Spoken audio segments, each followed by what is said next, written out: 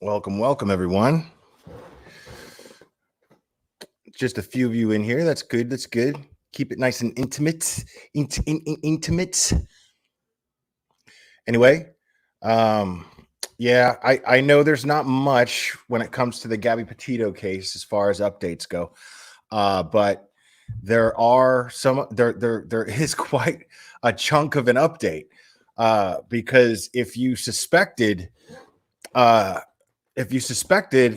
Brian Laundrie's parents to be more involved than they'd let on, well, you have more reason to suspect it. You have much more reason to suspect it. So, Peacock, I mean, if you have Comcast, you should get Peacock like for free. You know what I mean? Um, yeah. So yeah, this thing reveals a little bit more because there's a much more intimate interviewing going on with Gabby's parents, and um, what are you doing, Leo? So yeah, there's definitely there's it's more of an intimate, uh, more of a bit more, you know, umph to their interviewing. So it's pretty interesting. But this thing reveals something, and I haven't even finished this thing yet. I, I started I started it, and things just happen around my house. So and I had already set the time for this thing, and blah blah blah. So I watched as much of it as I could so far, but I'm going to finish it. And yeah, it's definitely cool. I didn't even know. Josh didn't say anything to me, but um, I didn't even know that he was featured in this thing, and a lot. So there's this new Gabby Petito documentary, and there's a lot of talk on there about uh, the internet sleuths and their involvement, and that being Josh's first real crime case. You know, I mean, my boy looked good on the tube. You know what I'm saying? Yeah, dude. Big shout out to Josh for that. Um, so he, yeah, so he, because I mean, when he was handling this case, man, he was doing such a good job. You know what I mean? He's a natural to it, and he's ethical, and he's he's it it goes to show that all it takes is a little common sense and a little empathy to handle these cases in a responsible manner. And he proved that, by this being his first case that he takes on. It's pretty amazing. uh so so yeah, Josh from DCP, Dad Challenge Podcast, he's featured in there quite a bit, along with Kendall Ray, a lot of other YouTubers, good YouTubers. So it made me proud to see that. It made me real proud to see that. But I'm not even done with this thing, man. I'm not even done with this thing yet. My button keeps coming out undone here, man. In my nice little collared shirt. You can't even tell because I got headphones around my neck. But basically, so far, this thing tells you Gabby Petito's mom is being interviewed, and she states that she reached out to the Laundries prior to Brian coming home with Gabby's van. So she reached out to them and asked them if they'd heard anything from the kids, and they completely ghosted her. They didn't even answer, even back then, even before they knew something was wrong. So that tells me, I mean, this tells me, it kind of confirms what I've always kind of suspected, or at least it confirms in my mind. There's no proof of it.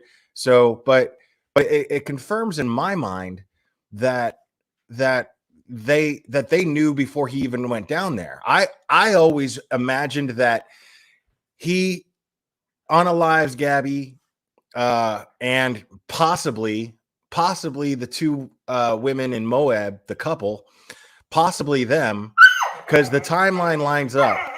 Coda, Coda, shut up. Leo, get away from Coda. Look at this. This is what I deal with. Look at this. Look at this. He just gets in her face. All right, Leo, move. All right, you want the spray bottle? Is that what you want? You want the spray bottle? Spray bottle? No? Yeah? Huh? What? Coda, shut the fuck up. Shut up.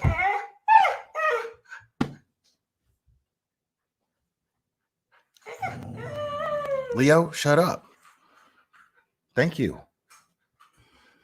Unbelievable. You guys see I'm trying to do something here, right? It's rude. Thank you. Appreciate it. So anyway, I apologize for my friends here. So basically, yeah, I mean, I was always under the belief that Brian unalives Gabby and then freaks out, calls mommy and dad, and mommy and daddy decide, okay, we're going to call the family lawyer. Don't say a word. Come home. Right. So dude, what are you even doing here? Aren't you supposed to be like eating potatoes and drinking whiskey? What are you doing? So yeah, I'm pretty much under the impression that, dude, I'm not doing this tonight, guys. Hey, you, go away.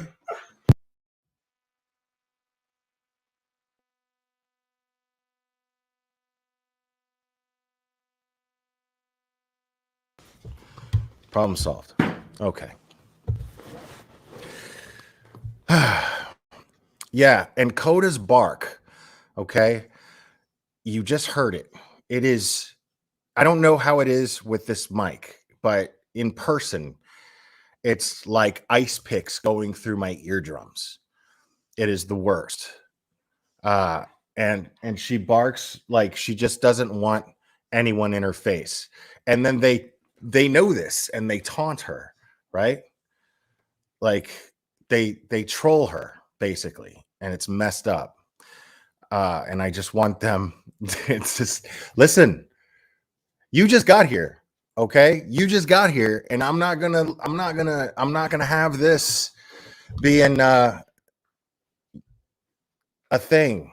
So, right? And she's huge. Sounds like a chihuahua, and she's huge. It's the worst. Let's see. Sean B says, I hope the Laundries will be charged with aiding and abetting Brian in his disappearance after what he did to Gabby. She deserves justice. And I absolutely agree. There's no way you're going to tell me that they didn't know. And then there's $20,000, right? There's the matter of this $20,000. This $20,000 just shows up. Supposedly Brian has this $20,000. Yo. Okay, that's what I thought. So there's this matter of this $20,000, and Brian supposedly flies home at some point, and he wants to empty out his storage unit because it's costing him too much money. But apparently he had 20 grand that his parents are trying to get right now. Now, I'm of the opinion that they gave him this 20 grand and the plan was to give him a head start and let him run. I think that's exactly what took place. I think they knew about what happened to Gabby as soon as it happened, and he called them and they said, don't say a word to anybody, come home, blah, blah, blah, and then we're going to make plans and we're going to figure out what we're going to do with you. And I think that they gave him $20,000. I think because he unalived himself, they're trying to get that $20,000 back. So there's a lot of people out there also that think that Brian Laundrie isn't actually unalived, that he's actually breathing and walking around somewhere. But I don't believe that, because I believe that that $20,000 absolutely existed in order to aid his escape. Hey.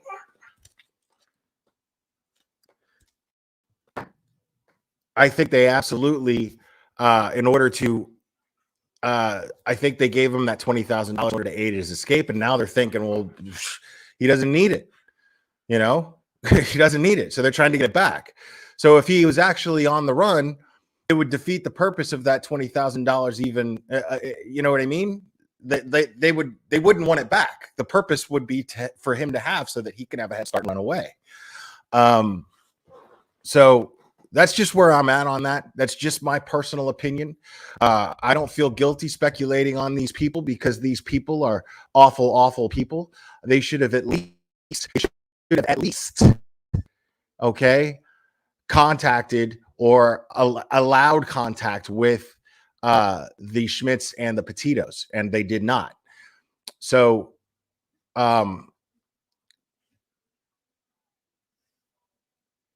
no, it's not life insurance money, Shelbs. I mean, life insurance for what? He had this money. This was money that he had.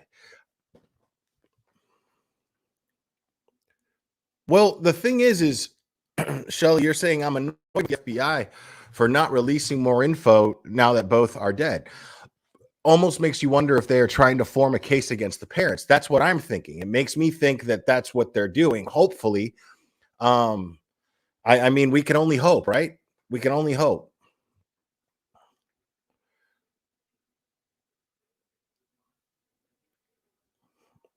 I agree with you, Margot. I don't like the Laundries at all.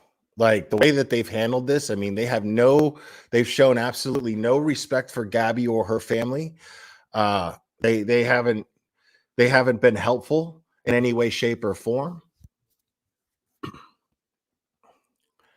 I agree. The money should go, but I mean, you know what I mean? What's 20 G's gonna do? You know what I mean? Now, I'm not saying that they shouldn't get it. They should absolutely get that, but they should get that and more.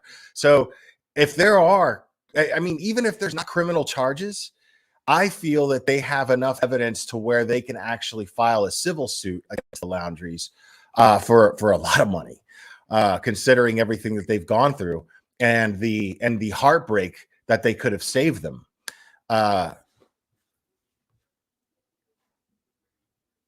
Right. It should absolutely go to the Gabby Petito Foundation. I completely and totally agree with you. But there should absolutely be a suit. Now, that's their business if they decide to do that or not. You know what I mean? That's up to them. You know, and I'm not sure what I would do. Maybe I would just want to move on with my life. You know, after all of this. So I don't know what they would want to do. So, you know, I mean, that is 150% the prerogative of the Schmitz and the Petitos of how they want to handle that. So yeah. So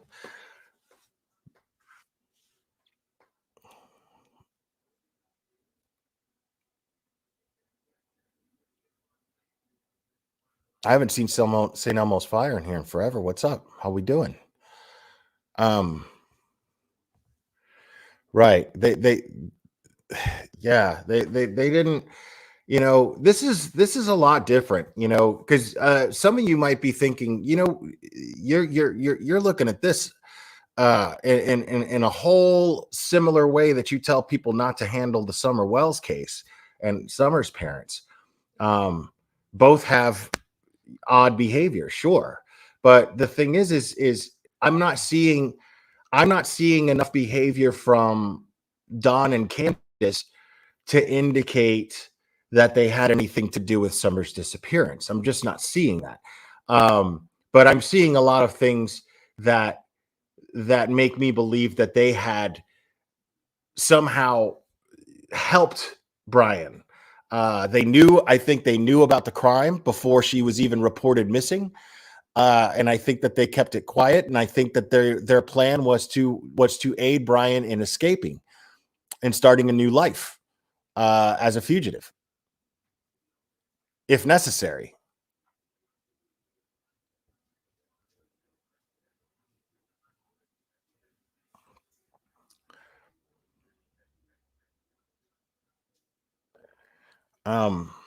Yeah. So I'm yeah. So the update as far as Gabby Petito goes is pretty much just confirming what a lot of us were thinking a little bit more. Not solid confirmation, but confirming a little bit more. Like,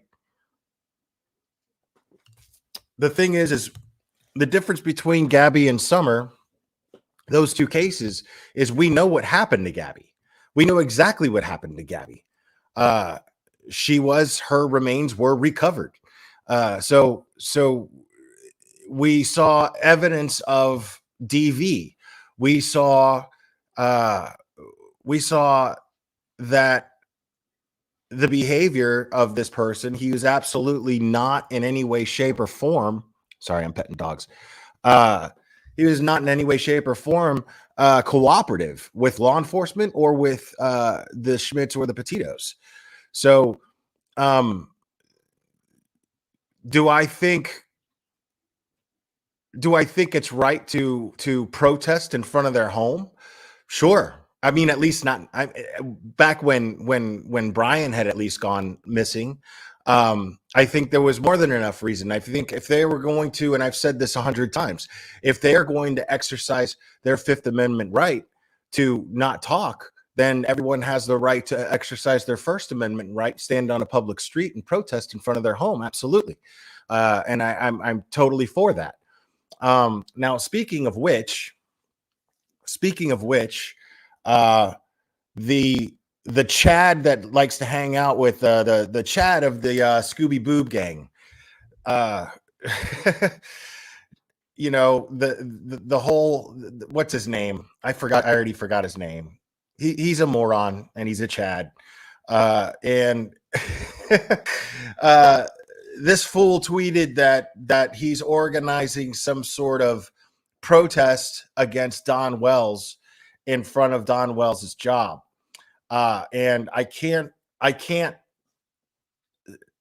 express, I cannot repeat my answer to that tweet here, or else I lose any chance of monetization. But you can check it out. You could see my response.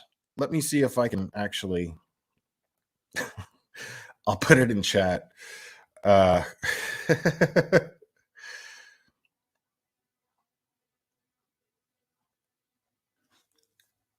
right. So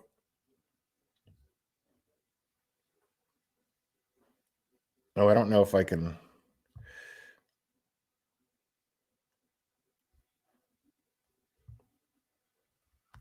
Okay. There we go.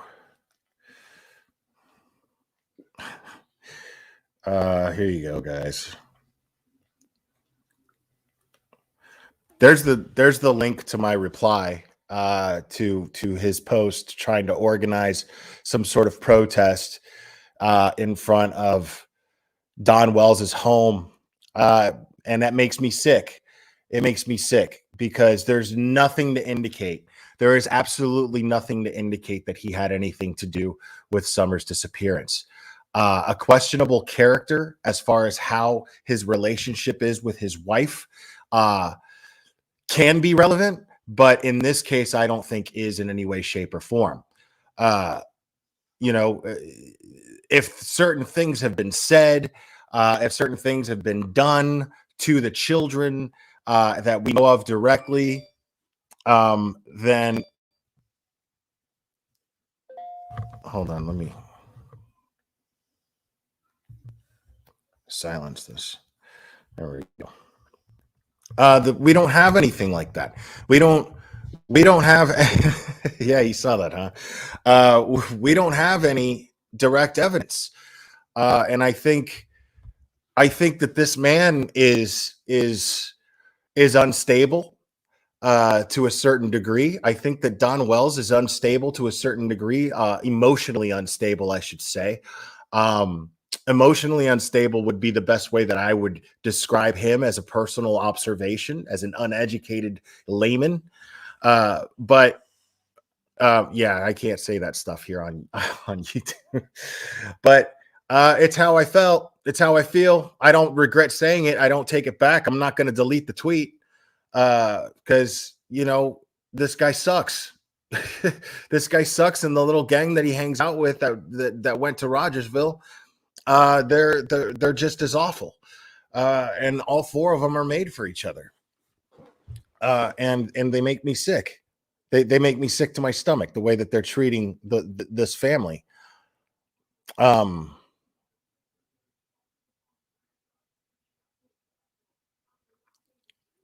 so yeah, I mean, uh, I don't think that he's done anything to merit messing with this man's livelihood. What if he's absolutely 100% innocent of this crime, of Summer's disappearance? What if he's absolutely innocent of this? And um, what if he sees this as an opportunity to learn from and build himself up? You're going to take away his livelihood. You're going to take away his one chance of doing that. You're going to try to take that away from this man to try to do whatever he has to do to build himself back up, clean himself up, get his kids back, the kids that he still has. This is what kind of person wants to do that? What kind of person just wants to see somebody suffer when they don't even know exactly what, just because they lead a different lifestyle, they were brought up different than you. And yeah, his behavior sucks, but that's not behavior that I think merits for you to take the man's livelihood away and his only chance to be able to change and better himself if he decides tomorrow that he wants to do that. It's the opposite of what an empathetic person would do. And I have no empathy for people who lack empathy, honestly, or at least lack an effort to have any. Anybody who lacks an effort to have empathy, I can't empathize with them. I just can't bring myself to do that.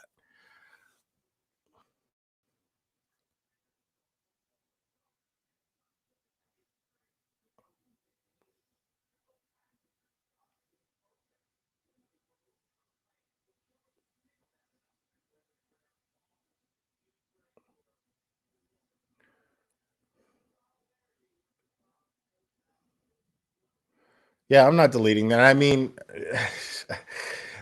I don't know if he could delete the response, but I mean, yeah, a guy like that, like a guy like that, yeah, I'd love for him to be in front of my face. I would just love that. Um, I mean, I wouldn't put myself in a position to where I'd get locked up, but I'd love to see him actually provoke me to the point to where I'm justified legally to do so. It just makes me sick. People like this, um, you know, just trying to sabotage a man's livelihood and the only chance he has to make a good life for his kids. You know, that's the whole point.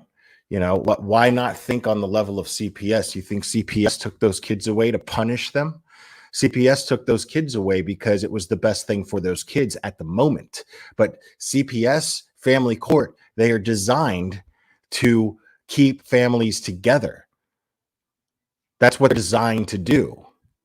So I would, if it were me, what I would be doing is trying to encourage this man to start doing better with life, start making better decisions, start changing for the better. That's what I would do. I would try to uplift this person while trying to do my part as a responsible YouTuber to to try to get people to look at this case and handle it responsibly, um, in order to let law enforcement effectively do their job, which is to locate Summer and find out exactly what happened to her. Wow, really? I didn't even look at that. I didn't even look at when. I just saw the headline or whatever, come help protest in front of Don's job or something like that. And um they're doing it on Christmas. You've got to have absolutely no soul at all. I mean, that right there just indicates to me 150% that you got to have absolutely no soul whatsoever. You got to have absolutely no heart, you know? That's like, it's beyond cowardly, and it's just low. It's just low. And it's also stupid. I mean, just like Phoebe Z here is saying, she's saying, you know, on Christmas Eve, who's going to do that? Who's going to get away from their family to go to Tennessee and protest in front of this dude's job? Who's going to do that? You got to be just a dark-hearted individual to even consider doing that. Oh, they're going to the boss's house? Wow. Wow.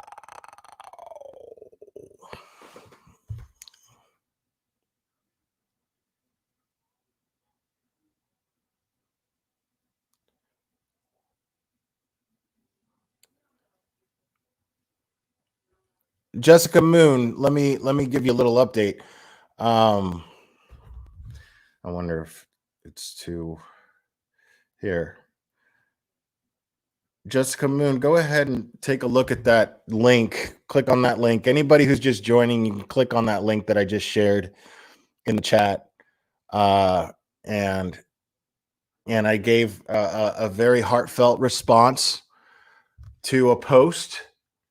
I replied to a post on Twitter from whoever that chat is that hangs out with Molly Go anything but lightly and what's her face the bullhorn boob, that moron.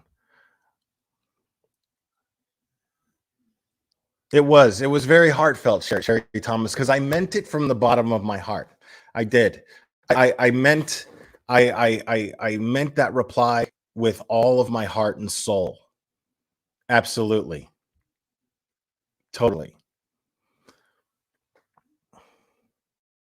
Have a good one, Kimmy71. I mean, that's it seems like that's what they're trying to do. It seems like what the goal here is to antagonize Don Wells to the point to where he actually does something horrible. That's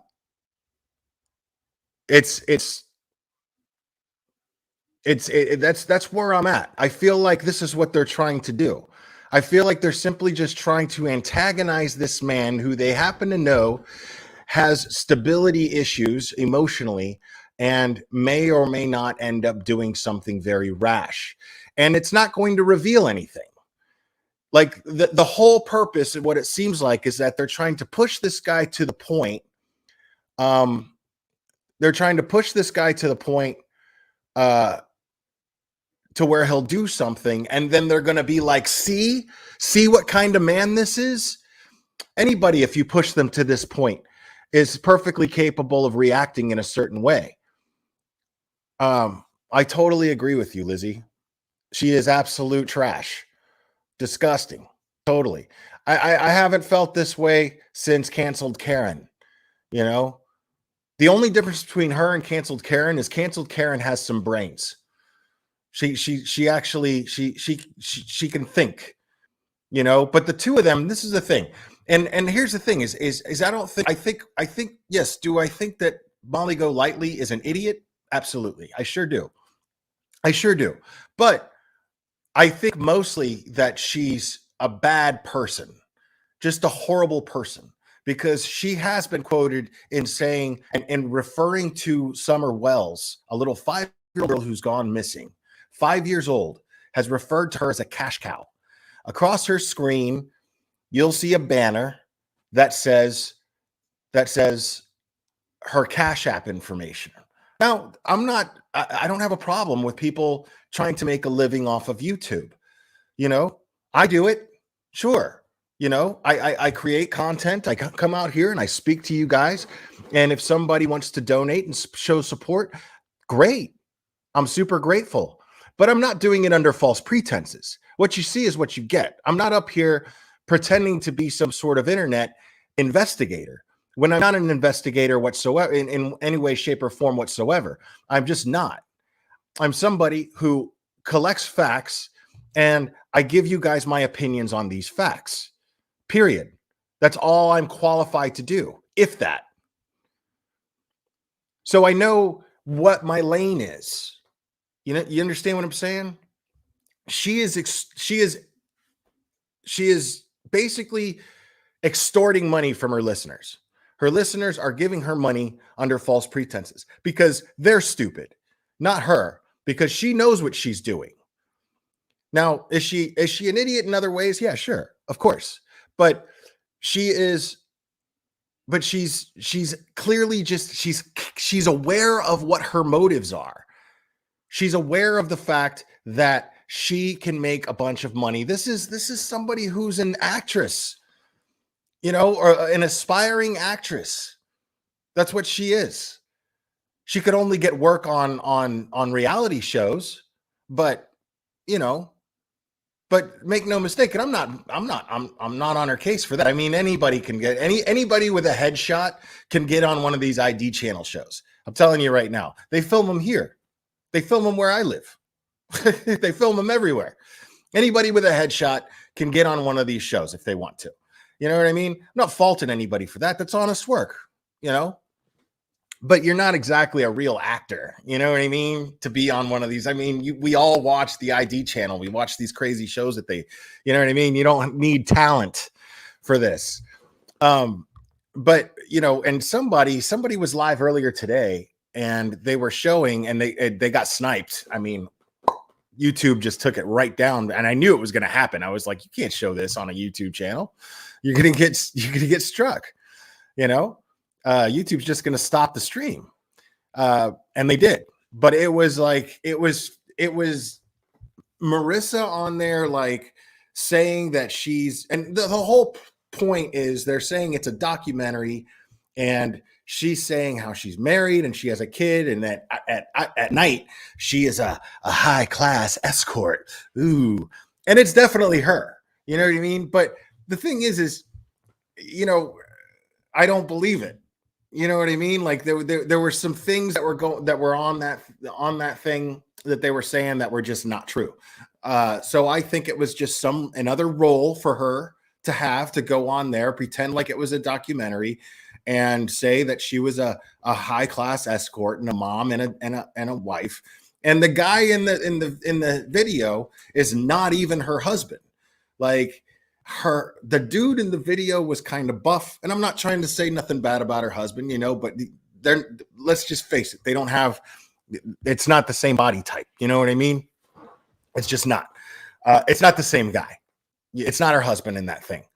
So, but and the thing is I don't even agree with that. Like the whole point of it was to make her out to be like she was an escort or whatever. I don't think so. I think that was just some role that she got and was acting on it. The same thing as Wife Swap.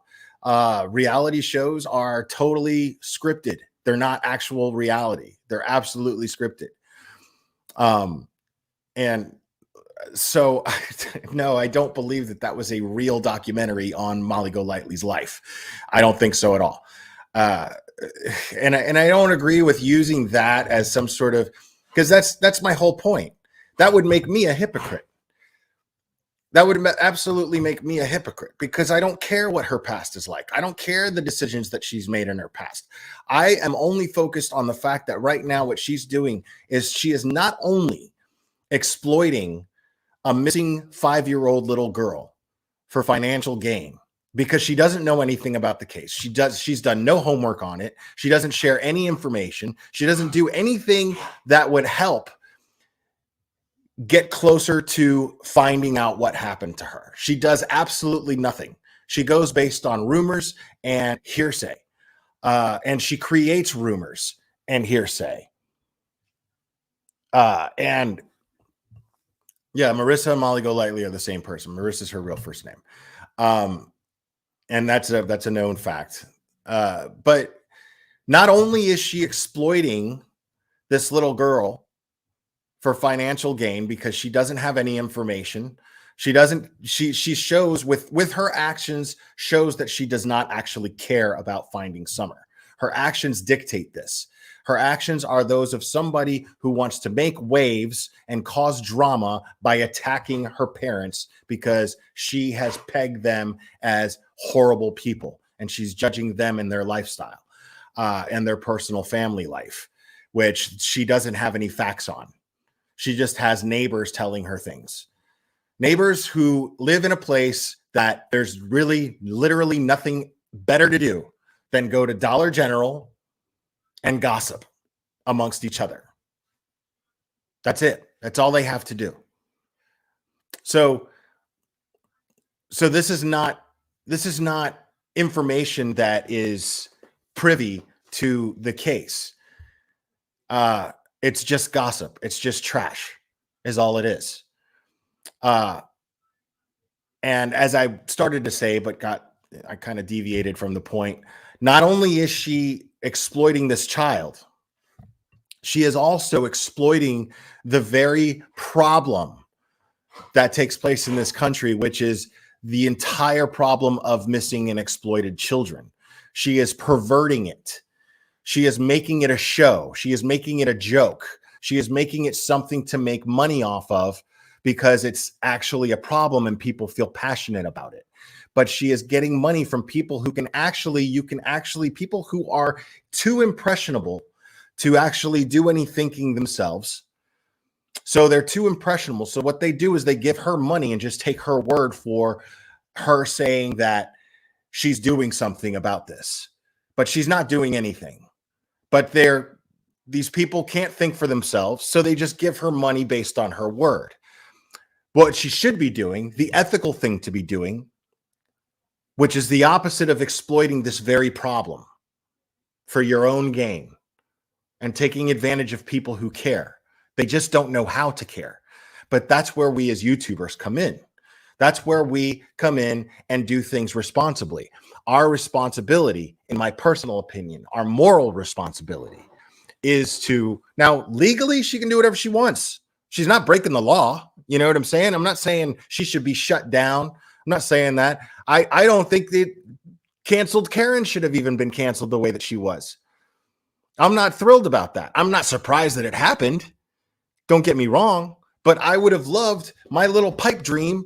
I would have loved to have had simply that. I would have just loved that people would have smartened up and then just been like, you know what?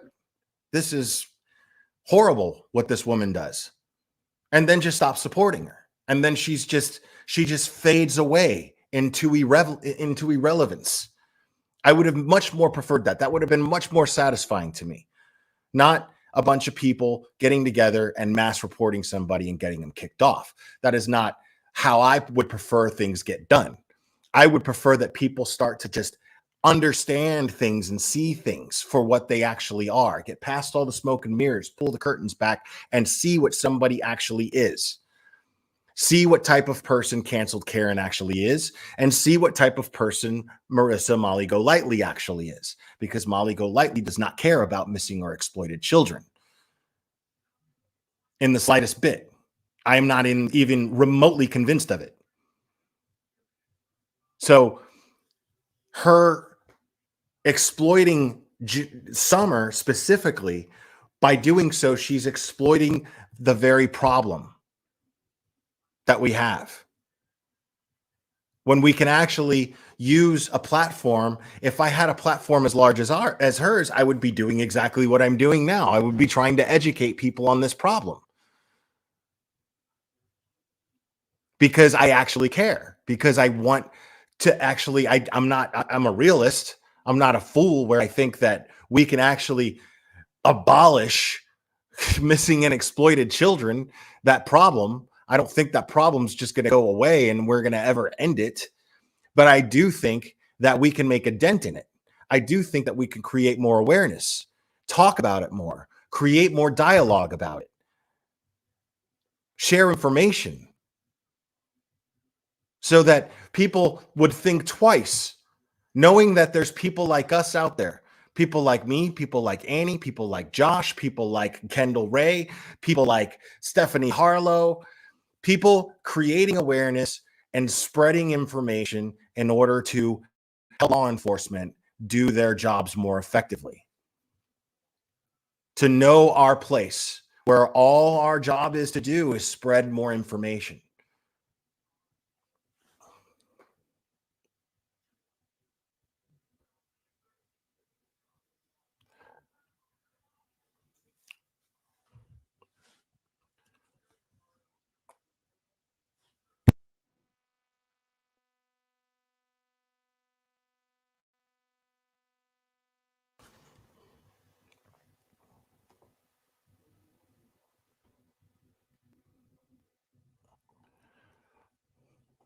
Exactly. Stay in your lane, man. Know your role, shut your mouth. As the great rock Dwayne Johnson would say. All right, so I've got the link up to join me on panel in the chat. So anybody who wants to join me on panel, anybody's got anything to say, you know, I would love to hear from you. Any opinions you've got on Gabby Petito's case, any opinions you've got on Summer Wells, any opinions you've got on Molly Golightly, anything, you're welcome to come up and talk to me about it.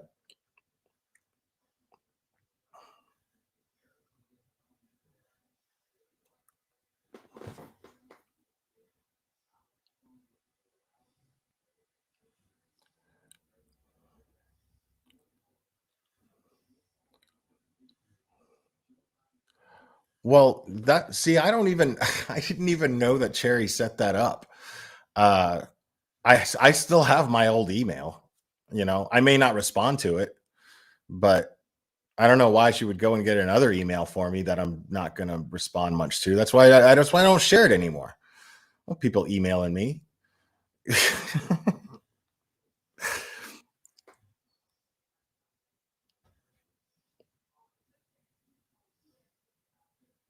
Yeah, that's okay. This is what I was talking about. Will Glare, watch Lie Secrets season 1, episode 4. Eye-opening MGL paid escort husband never knew. That's not. That's totally fake. People, come on. It's not even her husband. That's not a real documentary. Like, yeah, I don't believe that for 1 second. I mean, she might be an escort. To me, sex work is work. I don't judge anybody for any of that. I don't see how that's even relevant. You know what I mean? But it does tell me that she likes money. It tells me that she'll do just about anything to make money if that's the case. But we already know that. We don't need to know whether or not she's an escort in order to make extra money. We know what she's willing to do to make extra money. We know that she's willing to exploit missing and exploited kids to make money. She's exploiting the exploited. There's nothing lower. There's literally nothing lower, in my opinion.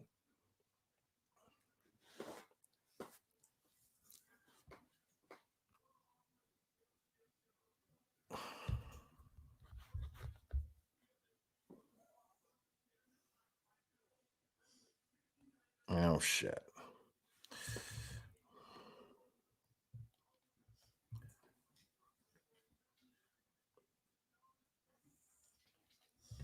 Okay, there's the Twitter link. Twitter link's there, and the StreamYard link I'm posting again. Yeah, I mean, to refer to Summer Wells, a little 5-year-old girl, as a cash cow is just plain disgusting. And she tried to pull this back in the day with the Watts too. You know what I mean? Like, she tried to she just constantly inserts herself in places just where she sees some sort of financial opportunity, and it's always the sickest thing to see a financial opportunity from. It's just pathetic.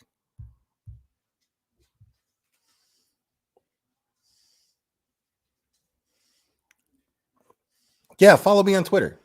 I mean, I hardly ever post anything, but sure. Yeah, great. Follow me on Twitter.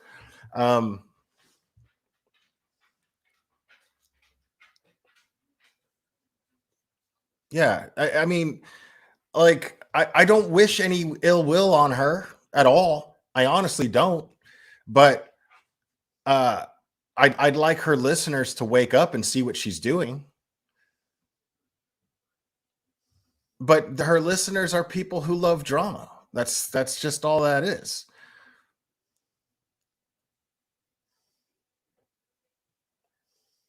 I mean, that's what her channel is. It's basically a party line. It's like a party line from the 90s where everybody just trash talks each other. You know, I mean, this doesn't that in no way, shape, or form is productive in finding a missing child. Not in the slightest bit.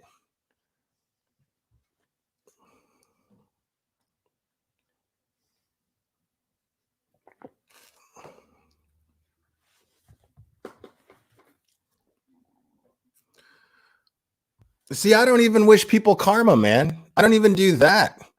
You know, like whatever happens to somebody when they do me wrong is between them and the universe, man. You know what I mean? Like, I'll try to make things right myself if I can, but you know, it's oh, I got somebody backstage. Let's how's it going, Lori Smith? Can you hear me? I can hear you. Can you hear me? Oh, Can you hear me okay? yeah, I can. All right. I'm doing good. I'm doing good.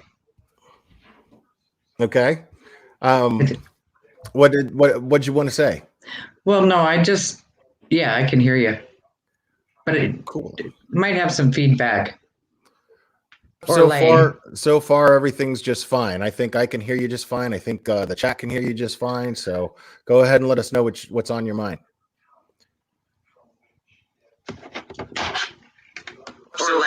So far, everything's just fine. I think I can hear you just fine. I think the chat can hear you just fine. No, yeah, that's not going to work.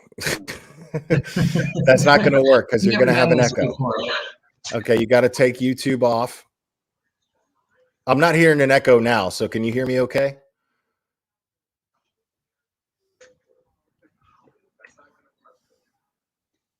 Yeah. Oh, okay, got it. I'll get rid of YouTube. Yeah, get rid of YouTube. Talk to me on StreamYard. Okay. All right. There. That should be good. Can you hear me okay now? Yep. All right. Beautiful. We're good to go. I've never done this before. No, I understand. I understand. It's a little tricky at first.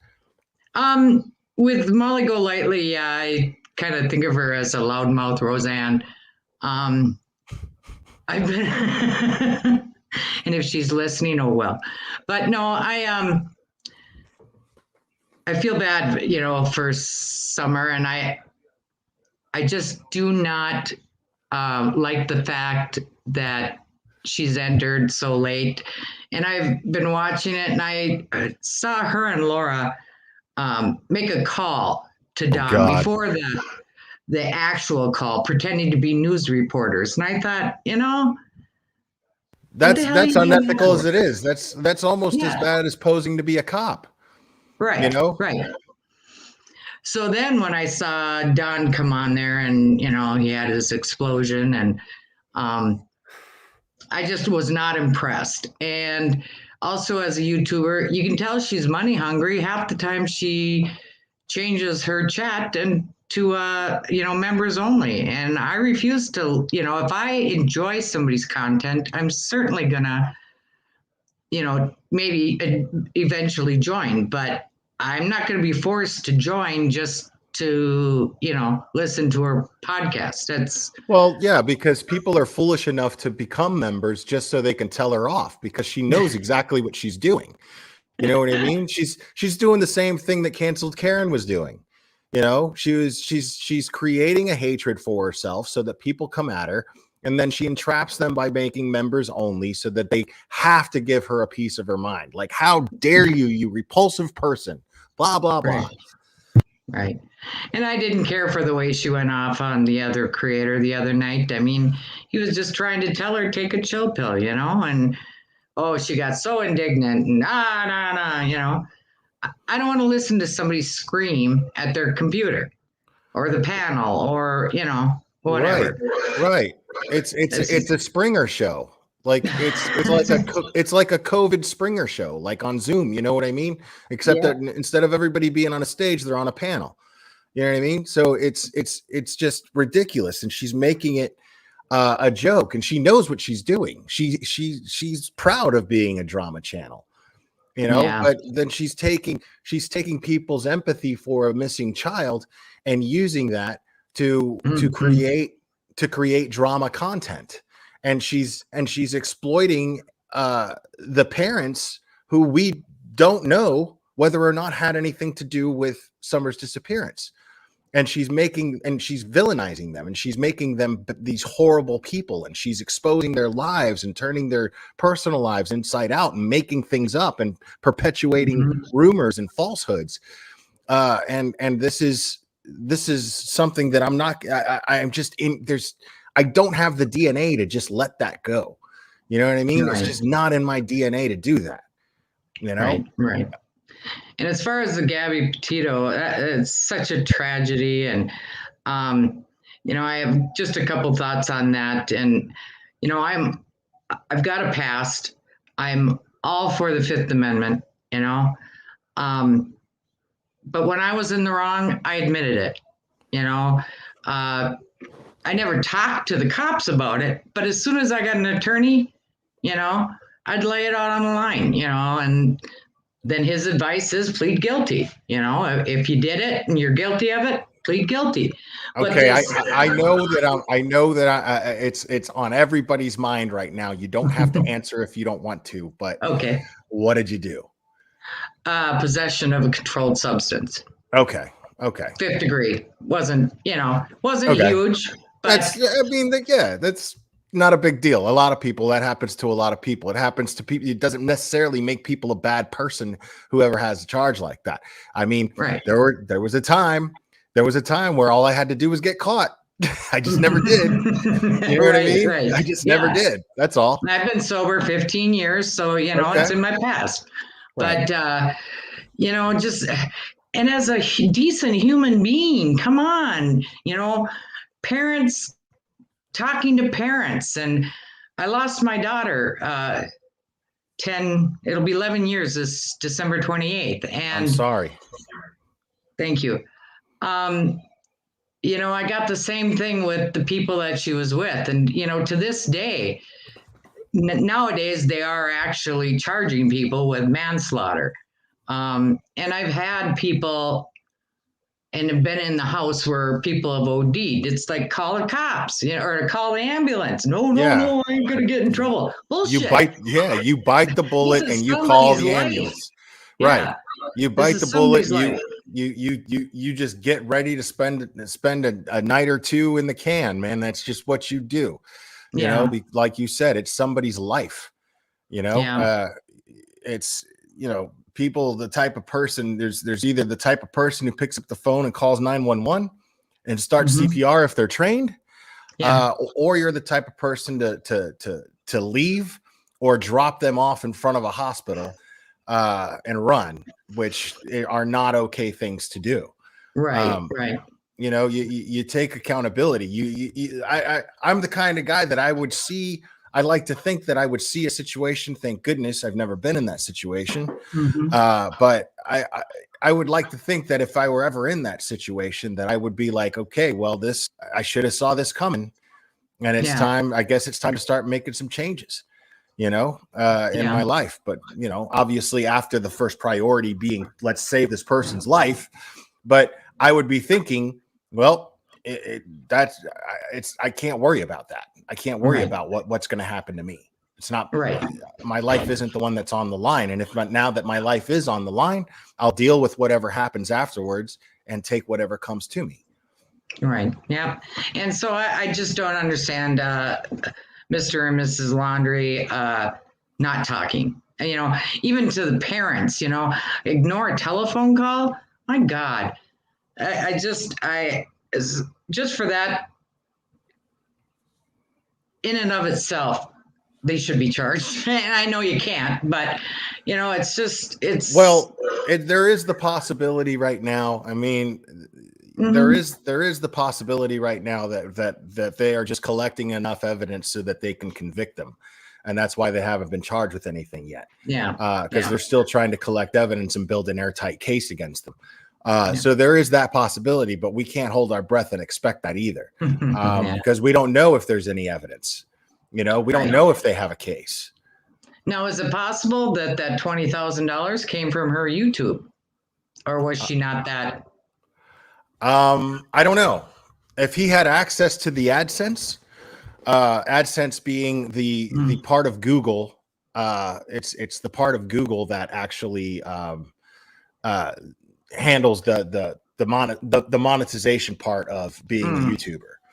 Yeah, but I guess maybe not, because it was his account, right, rather than her account. Well, if he had access to it, right. If he had access to it and he had a password, he could have very easily changed the bank account information in there. And I suppose the official or the authorities will know that. The authorities will know that. Absolutely. So, and this is something that I would count on him doing. You know what I mean? Yeah. But, well, I really appreciate your time, Blair. I did catch you on Ziggy, actually. Did you catch that? I thought, this poor guy, he cannot get a word in edgewise. Well, no, I did my share of talking. I'm not going to, that's one thing that the panel, did agree on and I can't disagree with is I was able to get as much of my word in that I needed to get in. The problem is that it wasn't being comprehended. It wasn't sinking into anybody's head. They were just being combative and argumentative when I was making the same point over and over and over again. But these are people that I don't believe actually did their homework. And the only reason that I can say that is because they indicated to me this. Or at least not all of them. I'm saying the people who directly said and misquoted the TBI statement, because I was just like, that doesn't sound right. that doesn't sound right. Yeah, no, crazy. Right. And then, of course, what is a person with any common sense who's been following the case is going to do? If I'm not already privy to it, I'm going to make myself privy to it, and I'm going to go look up the quote myself. And that's exactly what I did while I was on panel with them, and then showed that they didn't know what they were talking about, that they decided to read or hear this TBI and basically either heard it through somebody else and took that as fact, which is why hearsay is dangerous. Right. But or they just decided to take it however they wanted, regardless of what it says. They're going to interpret it their own way that's convenient to their own narrative that they've already set in their own minds. And that's also dangerous. And what's funny is I never once accused any of them. I was talking about Molly Golightly, and they got defensive and started saying that I was accusing them. And I'm like, no, I'm not accusing you. You're admitting to it by getting defensive, but I'm not. I haven't accused anybody on this panel of anything. I've never listened to this channel. I don't know. Yeah. And as far as Summer goes, my theory is Candace was unaccounted for. There's no way in hell 2 minutes, 5 minutes. I don't care how bad you are with time. She's a grown adult. And the only other time that you lose track of time is if you're tweaked out or you're nodded out. And that's what I think may have happened. She may have had a couple twisted teas, fell asleep. Summer got outside, wandered away, and then something nefarious happened to her. And I don't even think she went down in the woods necessarily. I as far as substances go, I mean, I don't know, but as far as substances go, and you might know, considering your past, she indicates to me somebody who's not a stimulant type. She likes the opioids. She likes the benzos. If she engages in substance abuse, I would say that those are the indications that I would get from her as far as if she used substances. Yeah, but at this point, anyways, I do know just from hearing different things, listening to Dawn late at night, I think methamphetamine at one time was a drug of hers, but it's either alcohol or downers now. I'm not getting the impression from them that yeah. they're too selective about how they party. You know, like whatever's Right. available, they'll make a party out of it. You know what I mean? I'm a I know the polysubstance type. user. Right. If it's I know. there, I'll take it. Right. I know the type, you know, Yeah. and especially if their daughter's missing, you know, these are the self-medicating type, you know, absolutely. We saw this on Molly Golightly's channel. Yeah. And I saw that being taken advantage of. Well, I I tell saw you that what. being exploited. Now, to me, now this is the thing. I don't feel bad for them in that sense. You know, if you engage in this type of if you engage in consuming substances and then you decide to go on a panel, you did that to yourself. You know what I mean? Right. You did that to yourself. But as Right. far as the reason why I feel that it was unethical and unscrupulous on Molly Golightly's and Laura's you know, part, it was because what they were doing, they were saying that they were trying to get to the bottom of what happened to Summer. You're not going to possibly do that. You know, you're not going to get anywhere, and you're not going to get any evidence from anybody, because, you know, if you take that and let's just say one of them snaps and goes, I did it, you know, right? Well, they're under the influence of substances. It means nothing. It holds no water. Yeah, it holds no water. You did nothing. I would have very very quickly been like, wait a minute, you know, hey, off camera, I would have talked to Don and been like, listen, we got to do this another time, dude. You know, I want you 100%. If you're going to be on my channel and we're going to explore and try to find out what happened to your little girl, I need you to be 100%. You know what I mean? I wouldn't. Well, if I hadn't been. Oh, go ahead. Sorry. No, please go ahead. No, you know, I've been in and out of the program for many years, and I can remember distinctly saying, I don't know what I'd do if one of my kids died or my parents died. I don't know that I could stay sober. And I was sober at that time, saying it to someone who had just lost a mother or father. I can't remember. And then my daughter died, but I had been sober for about 3 years. And, you know, by the grace of God, I didn't have to go back. And I don't think I could have ever gotten through that being sober or not being sober. I mean, I know for a fact, well, not a fact, but I'm pretty 90% sure I would have killed myself using. You know, it's a heartache that nobody should have to go through. And if I hadn't been sober, I can't imagine. Yeah. And also, welcome, Sammy Smith. Also, you know, you're basically proving by sharing your experience, you're basically proving the whole people deal with things however they deal with them. You know, it doesn't mean you're guilty of anything. You're just, you know, maybe you're weaker than the average person, sure. But I'll tell you one thing: there's nobody. You know, Molly Golightly's definitely not somebody to throw judgment at somebody for using. I'll tell you that right now. You know, she's a mom. You know what I mean? Like, so is she just as bad of a parent as she's accusing Don and Candace of being? You know, I mean, she keeps a clean house. She looks like she keeps a clean house. Okay, she has that, sure. But I mean, you know, don't sit here and act like you're 100% responsible all the time and then start throwing stones at people and how they handle things. They have a missing child. Do you know what that feels like to have a missing child? No, you don't. So and missing, I think, would be far more heartbreaking than to know they're dead. You know, I even give Don a little bit of slack because I would much rather, if I had a small child, much rather believe that they are dead than being tortured. Why is it so hard to believe that these people are makeshifting closure for themselves? You know what I mean? Why is that so hard to believe? Why does that make them all of a sudden look guilty? Because they you know, Candace has already dealt with a missing person in her life 20 years ago. You know, she's had a sister that's gone missing, and Yeah, I don't care. Canine Rescue.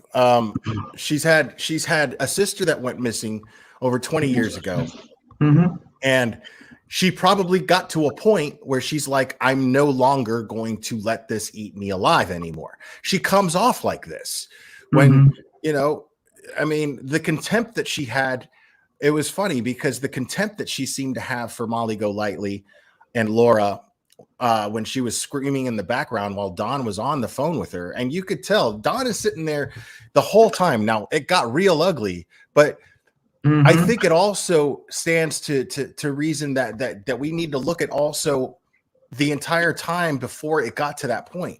She was yelling and screaming, and he was going, please, Candace, please, please stop. He wasn't going, hey, shut your mouth, you stupid whore, blah, blah, blah. He didn't do all that. He was going, Candace, please stop. Please, I'm trying to talk to them. Please stop. You know, and he was hammered. He was wasted. Yeah. Right. You know what I'm saying? Yeah. So I didn't get the indication that this guy was a quick-tempered guy. You know, I see a guy that's under the influence of something and he's getting poked at, and then things got ugly. And I'm not excusing his behavior. It should have never gotten to that point. What I'm saying, though, is I didn't get the impression that he's this quick-tempered, abusive guy. I got the impression that he's the kind of guy that doesn't manage himself very well, and then reacted once he got to a certain point. Yeah. So it stands to reason that had it not gotten to that point, he would have never lost his temper. Yeah. You know. Yeah.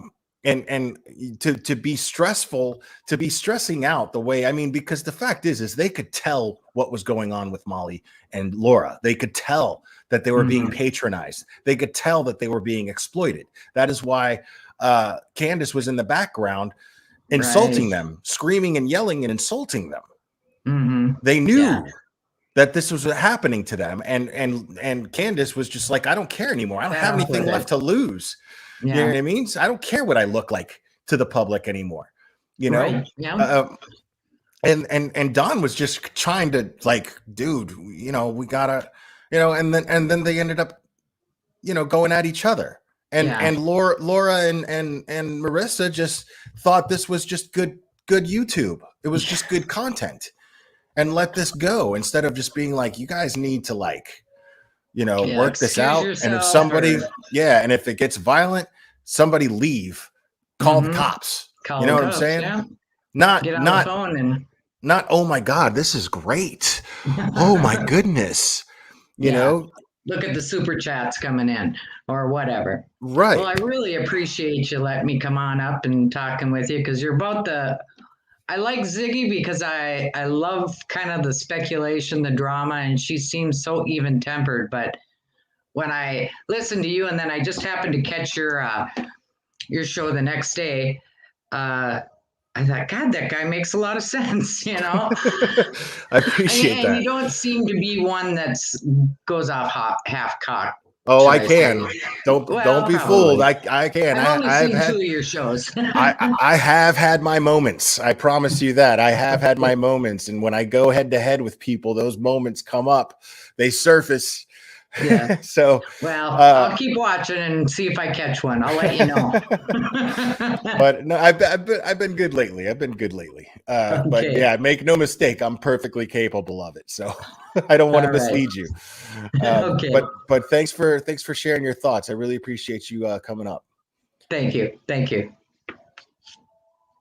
You might have to kick me out. I'm doing it. Okay. Oh, got it. Here.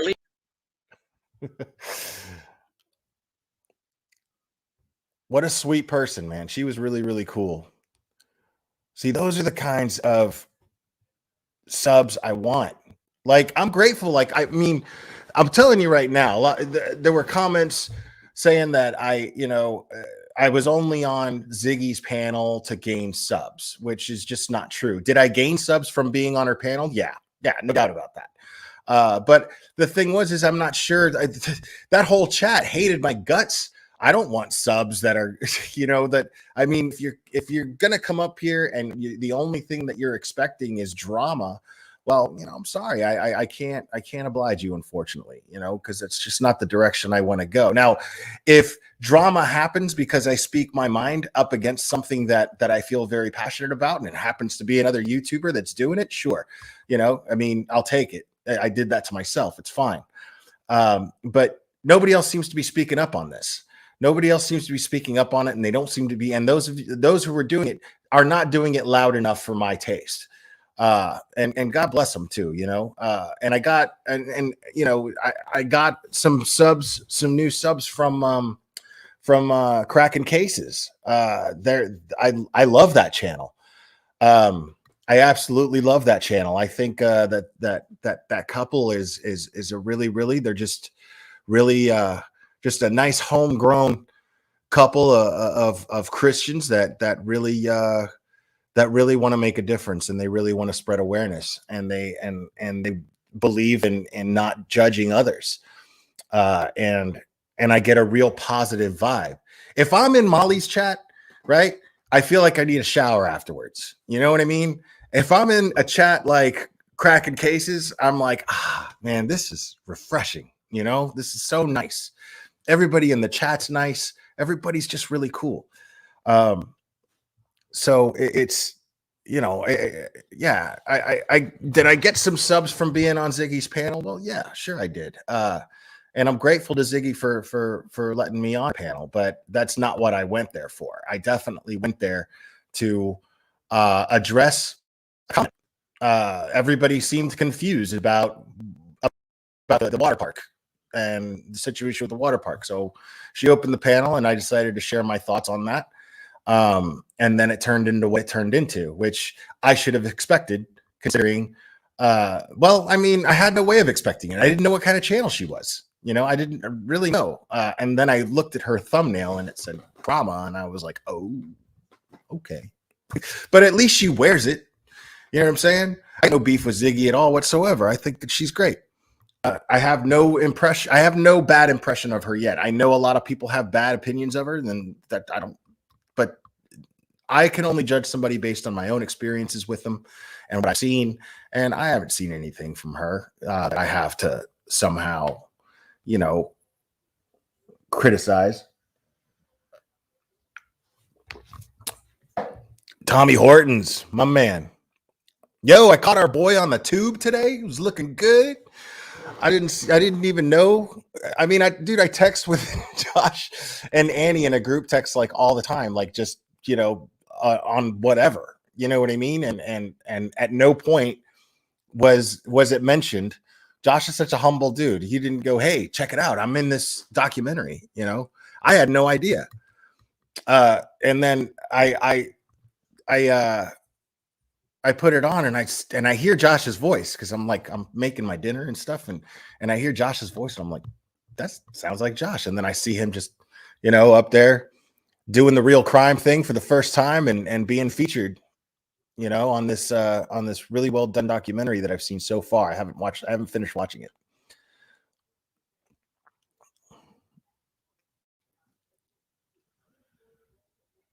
But yeah, man. Yeah, I just can't, I cannot get behind people exploiting the very problem of missing and exploited kids. Just can't do it. There's no way. Like, it's just like I said earlier, it's not in my DNA to just let this stuff happen, to let somebody be on YouTube with such a large following. I mean, 20,000 subscribers is a lot of people, man. 20,000 subscribers is a lot of people, and it's a lot of people that can be utilized in a positive manner to spread information, useful information, to try to get eyes out there for summer. And it's just to see things, you can either see it that way, or you can see it monetarily. And what's really funny to me is you could see it monetarily both ways. You're just going for the low hanging fruit. But if you have, I mean, look at Josh. Just Right there's a perfect example. Josh doesn't deviate from his scruples or his morals. He doesn't do that. And yet look at him. He gets rewarded by being on featured on a documentary, on a very informative documentary, because he handled something so responsibly, and guess what? His channel is going to grow. His channel is going to grow from this. And what's going to happen? Win-win. Okay? He ends up making more money, but he also feels the inner reward of spreading positive information, useful information on a serious problem that we have in this country right now, and shedding light on it. That's, why? That's a win-win. That's a win-win. It's like making a living as a teacher. You know what I mean? Because you love to teach kids and you love to educate, right? It's a win-win. So to see somebody just go for this low-hanging fruit, but pollute the reputation of all YouTubers by what she's doing, because that's exactly what she's doing. She's making people like Josh look bad. She's making people like Annie look bad. She's making people like Stephanie Harlow look bad. People who are seriously trying to use their platform to spread information and create awareness of a problem. And, it's not fair. It's not fair to them. It's not fair to them that they'll get lumped up with people like this. They shouldn't be people like Molly Golightly or Life Perplexed. They shouldn't be talking about cases. I played Laura on here talking about how she doesn't even care about missing kids. She's literally used the words, "I don't care about missing kids. I don't care about missing persons cases. I don't care." That's what she said. And then she's sitting there acting like she's Don's best friend, just trying to get him talking and talking and talking and trying to make a fool out of him. Now, granted, he put himself in that position, but if you actually cared about victims and you actually cared about victims' families, and you cared, you would look at the bigger picture of things. Like, we can absolutely do positive things. We can actually build a reputation for YouTubers. And right now it's a good thing. That Peacock documentary, man, on Gabby Petito, that put all the internet sleuths in a really positive light. The good ones. You know what I mean? That's a big win. Because not only that, and I mean, you have Gabby's mom up there saying, "Thank God for these internet sleuths." They were honest. Gabby's stepdad was up there saying, I mean, it's bad and it's good. We saw a lot of bad, but we also saw a lot of good, and they focused on the good. But, I can only urge you as listeners, people who follow real crime cases, I could only urge you as listeners to have a better standard for where you get your information. That's the only thing I can do. I can only encourage you and urge you to have a higher standard for where your information comes from. And it's simply by asking simple questions. When have you ever seen Molly Golightly or Life Perplexed or any of these people share even a description of Summer Wells? I do it numerous times. My mods do it throughout in my chat, throughout my live streams. If I'm not even talking about Summer, but her name just happens to come up, boom, there's Cherry with all of the information that you need to keep your eye out for Summer. If it's really about finding Summer, why don't they share this information? I don't even think they know the information, frankly.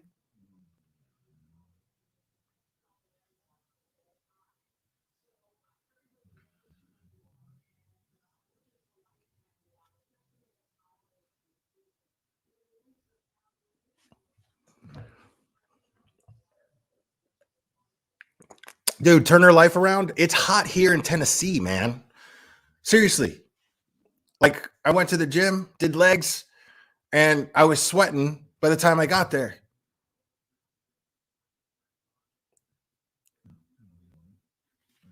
I do have amazing mods. I'm very proud of my mods. I brag all day about my mods.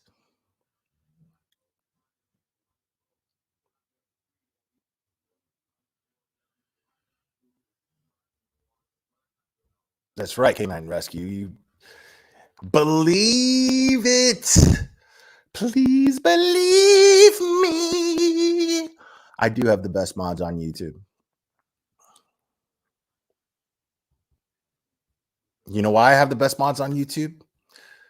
Because they're just as passionate as I am.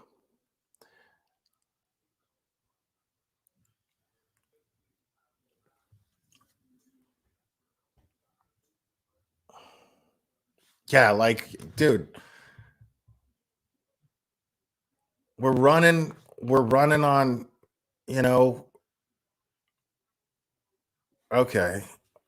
Mallory Doyle, what is my theory on what happened to Summer? I'm not a fan of this question because I've said this a bunch of times. I don't have a theory. I don't have enough information to form to responsibly form a theory. Nobody does. That's exactly my point. I do not have a theory on what happened to Summer because I don't have enough information to responsibly form one.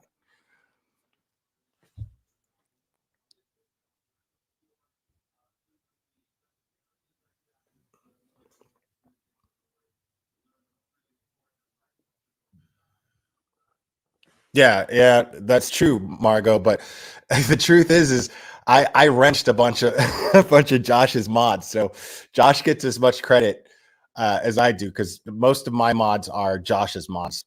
Because I mod in his chat and I'm like, these mods are dope, so I'm taking them. If they want to mod for me, then they get wrenches.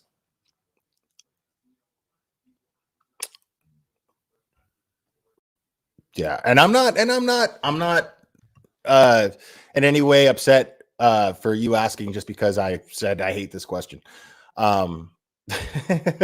So, but right, exactly.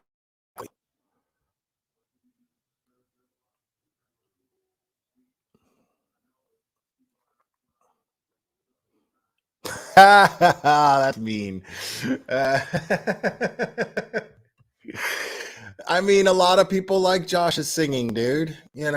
I like that he does sing, but I don't stick around and listen to it if I'm being honest. I try to, but I'm the guy that long time ago, once upon a time, I was the guy that busted out the guitar at the party that everybody just was like, really, dude? You know? And then I was like, wow, yeah, that really imposes. And I don't think Josh is being imposing when he does that. He just, there are plenty of people that love to listen to Josh play guitar and sing. Me, I'm not that guy at all. But it's really Josh's most his taste in music. Like he'll play some of the poppy hits that I just can't stand. It's me, not him. It's my taste in music. That's all it is. I think what he does is I think he does it very well. I just, I don't want to hear a song by The Fray. I don't care who's singing it. I don't want to hear a song by Maroon 5 ever. Ever. I don't care who's singing it.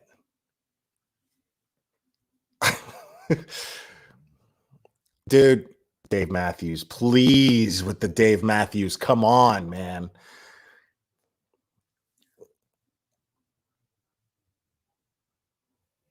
Y'all quit talking trash about my boy in the chat about his singing and playing guitar, man. He's spreading happiness. Okay? He's trying to spread some love and happiness, y'all. Quit hating on him. See, no, Dizzy Lizzy, no. I did once. I just picked it up and just improvised a little bit one time. A long time ago. It was like a couple years ago. But yeah.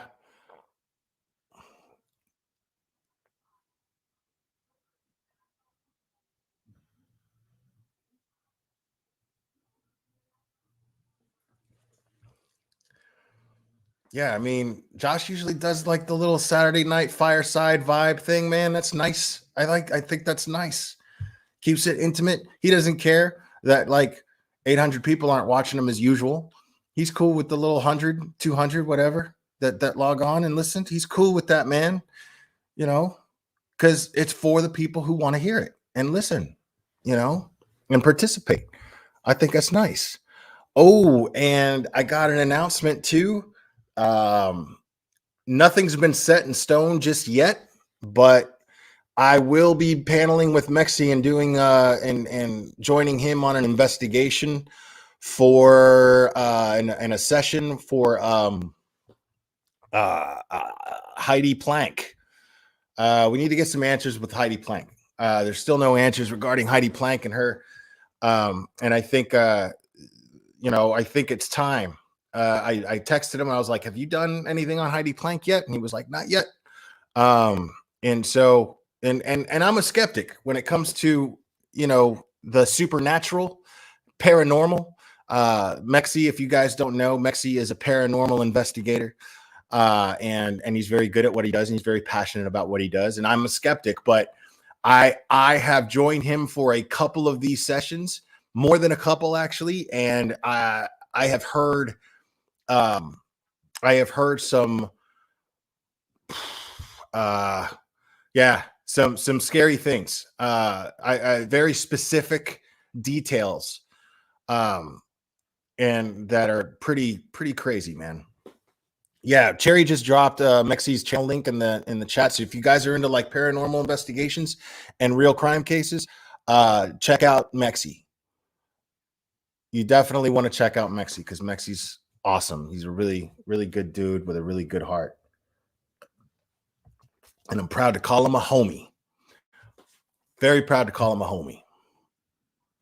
And it freaks a lot of people out. I get it. Freaks people out. I get it. But some people like it, man. And some people really believe in it.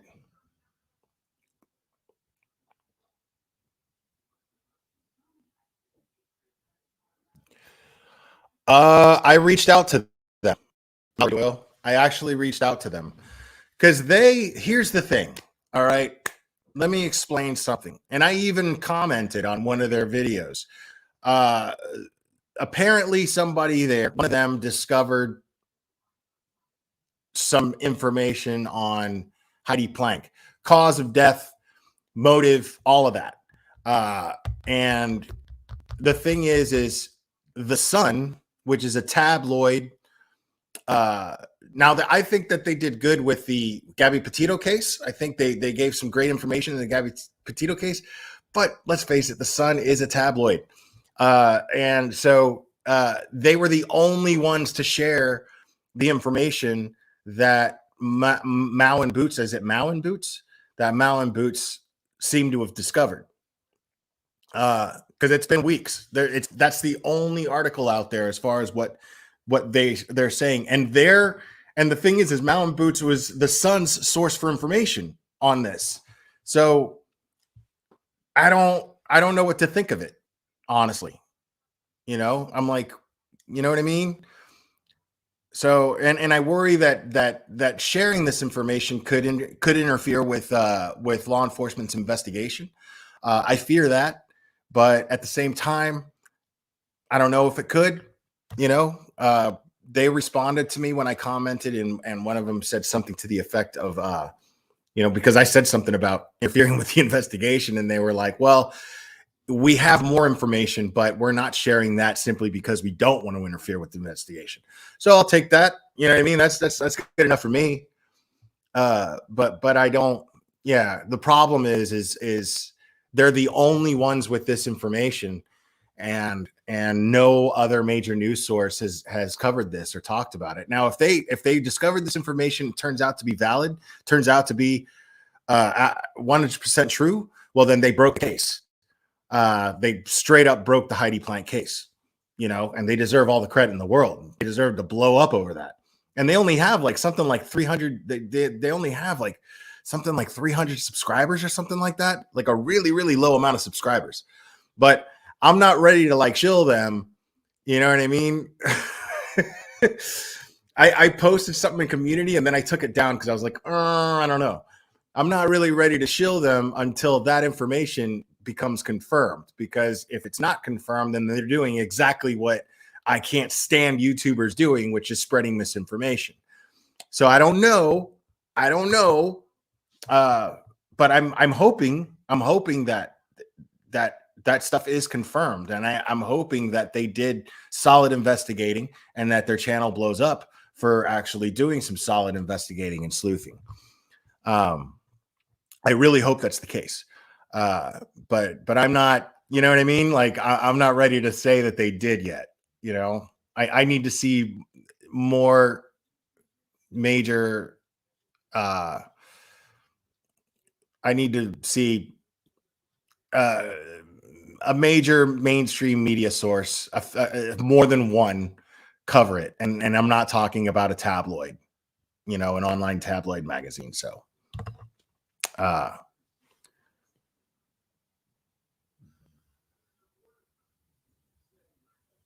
my God. Listen. All right, Cherry, shut up. Shut up. So yeah, there's a link in the description and a link in the chat for Glarer merch, t-shirts, hoodies, coffee mugs, phone covers, you know, anything from meth gators to using your eyes, all my little tidbits.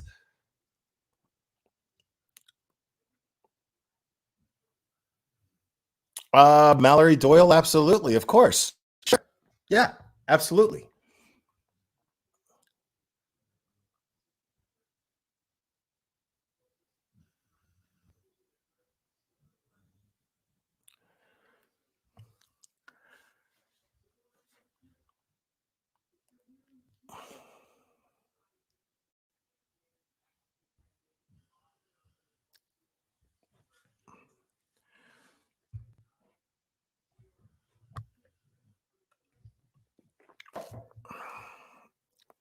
Oh, Margot, isn't that cute?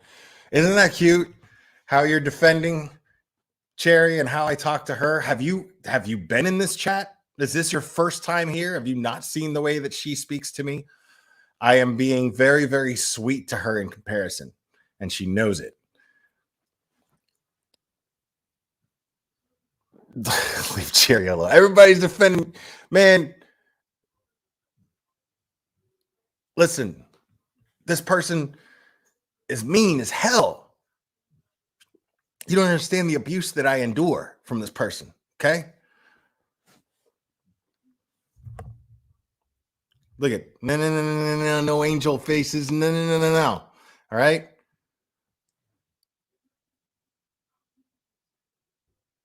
Sweet. Well, you can get Meth Gator merch. It's a hot seller. It's a hot seller.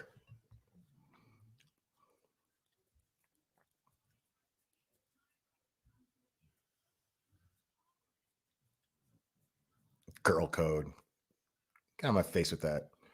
Girl code. What if I sat up here and said guy code? You'd be like, you chauvinistic, misogynistic prick.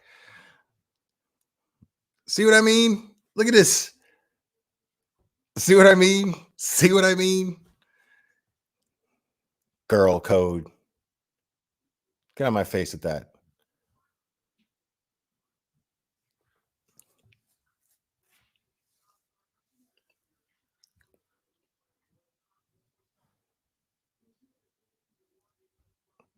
I'm for sale. I'm for sale. I'm getting to that point, man. I'm getting to that point. I'm for sale. Ladies, any rich ladies in my chat? You want to spend a night with the glare? No, I'm just kidding. That just no. But man, I'm getting I'm getting desperate these days.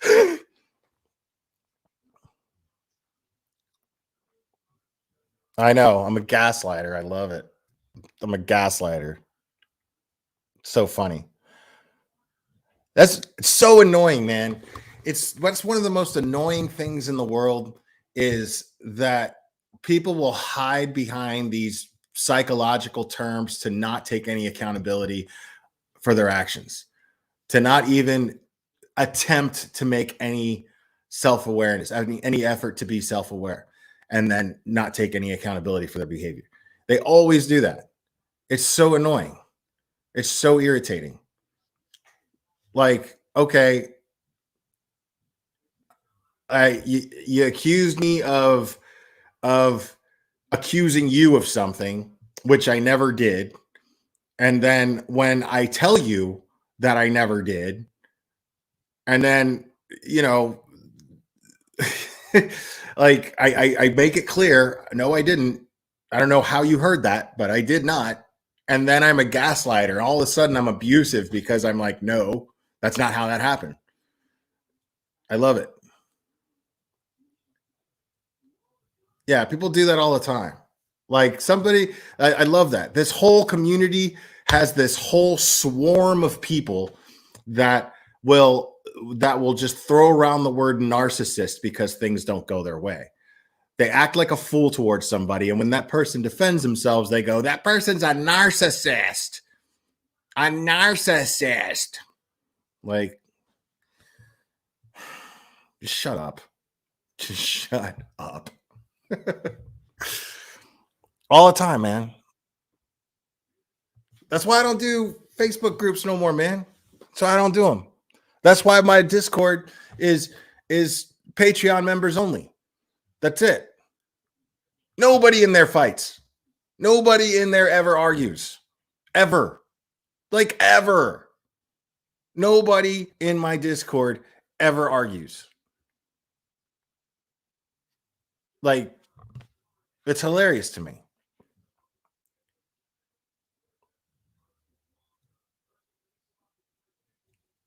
Like, seriously, Sherry Thomas. Like, yeah. Like, look it up. Look it up. Before you use a word, misuse a word, look it up. I know narrative. I use the word narrative a lot. Canine rescue. I mean, because that's like not, not using the word narrative in this community is like not using the word missing in this community. You know what I mean? Like it's a valid word to use to describe what goes on. So, yeah, there's no other word to replace it. Agenda, maybe, no, like,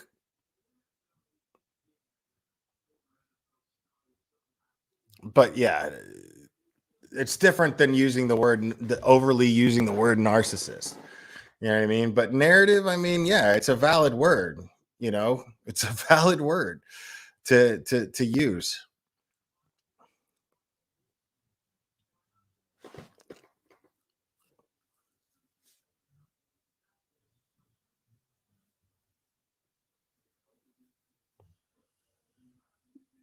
I mean, I'm sorry. The word narrative applies way too often when it comes to crime cases. It just does.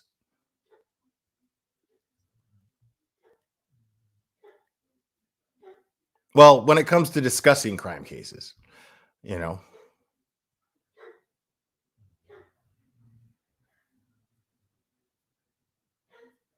Wow, nobody wants to come up here? Seriously?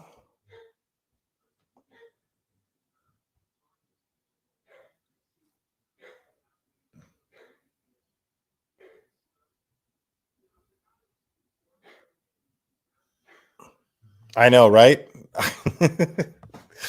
I know.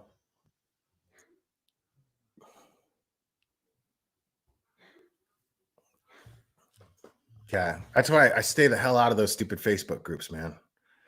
I stay the hell out of them. They're absolutely toxic.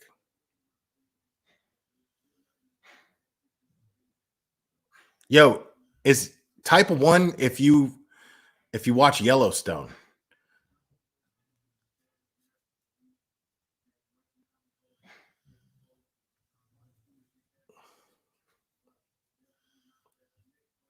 Because, dude, I've been watching this show, and they're showing that on Peacock too. That's where I'm watching it. Dude, That show is so good. Now, I don't want no spoilers, right? No spoilers in my chat because I'm only in the beginning of the 3rd season, right? Very beginning of the 3rd season. I'm not caught up, all right? But yo, Angela Kim, it's incredible. It's the characters are fantastic, dude. The characters are fantastic. Oh snap, I got Mallory Doyle up in here. Dude, it's so good. You got to check it out. If you haven't watched Yellowstone, you got to watch it. What's up, Mallory Doyle? You're muted. There you go. Hey. Can you guys hear me? Yeah, we can totally hear you. Okay, because I can barely hear you. I'm on my phone. So let me grab my headphones.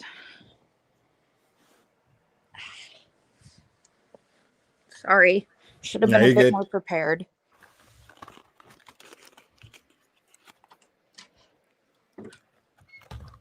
Yeah, the most disorganized person on YouTube is about to start talking at you about being disorganized.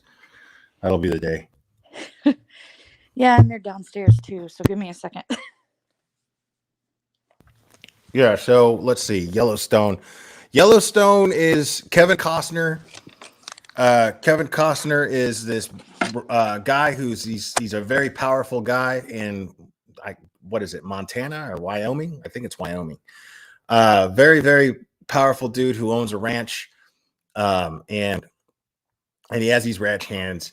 And yeah, somebody mentioned Rip. Rip is like the coolest character in the whole show. He's awesome.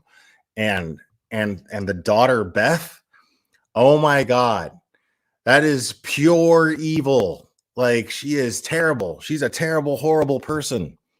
Very cold-blooded and angry. But she's also a badass. Like, she's an anti-hero. You love to hate her, but you hate to love her, you know?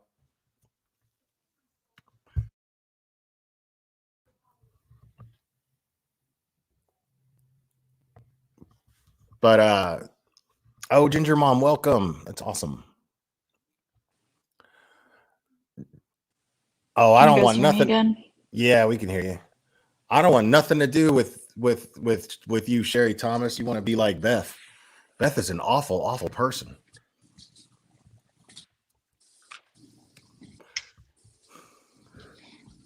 All right, so Mallory, you're muted.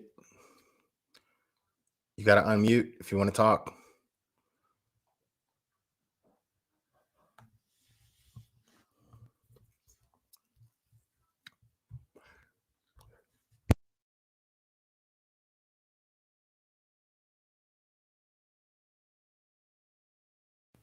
All right, no spoilers, Sherry Thomas. No spoilers. I don't want no spoilers. But as soon as I'm done here, that's what I'm going to go do. As soon as I'm done here, I'm going to keep watching Yellowstone.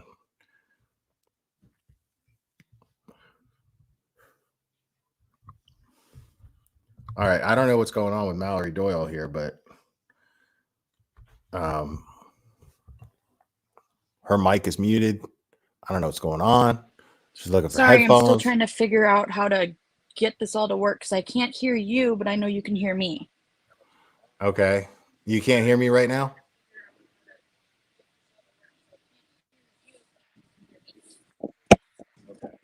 You can't hear me right now? Not unless I have another TV or device. Oh, you have a delay. You just need to use StreamYard only. You have to close out your YouTube. Oh, you have a delay. You just need to use StreamYard only. You have to close out your YouTube.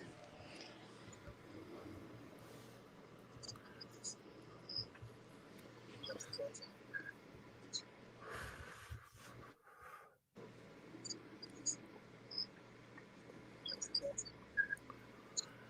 Oh yeah, I haven't. I every time I start to watch The Witcher, Danny B. Every time I haven't gotten past the first episode. Again. Yeah, I haven't. Every time I start to watch The Witcher, Danny B. Yeah, there's an echo. I can hear myself like a good 5 seconds after I say something. All right. Yeah, every time I start to watch The Witcher, Like I get halfway through the first episode and I lose interest. And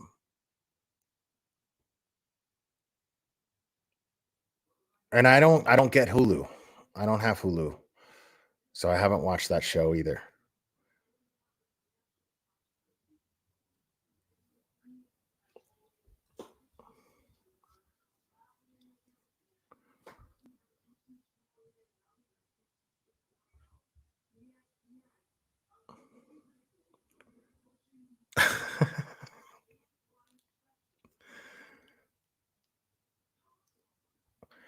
Yeah, man. Like right now, everything is all about Yellowstone, dude. Like the characters are just fantastic. But the thing is, though, the thing about it is like something awful happens way too often.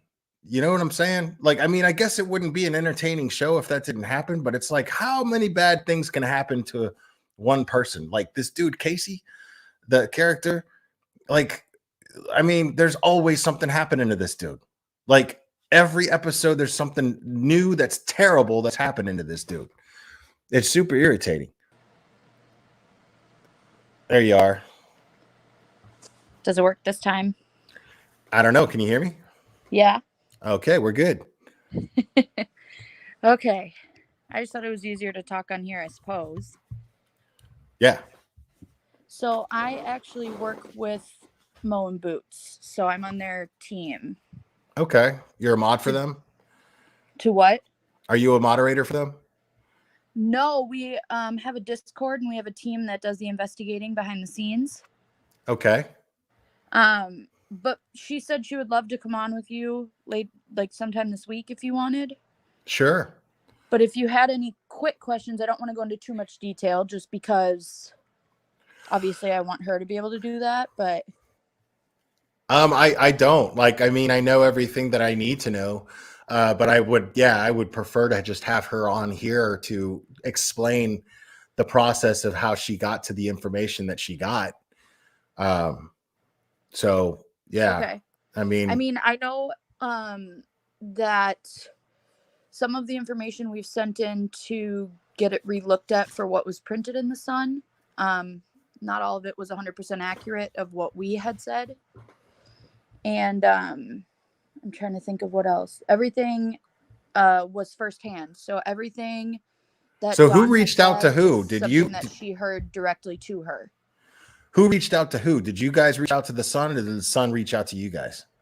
I believe the Sun reached out to us after the video.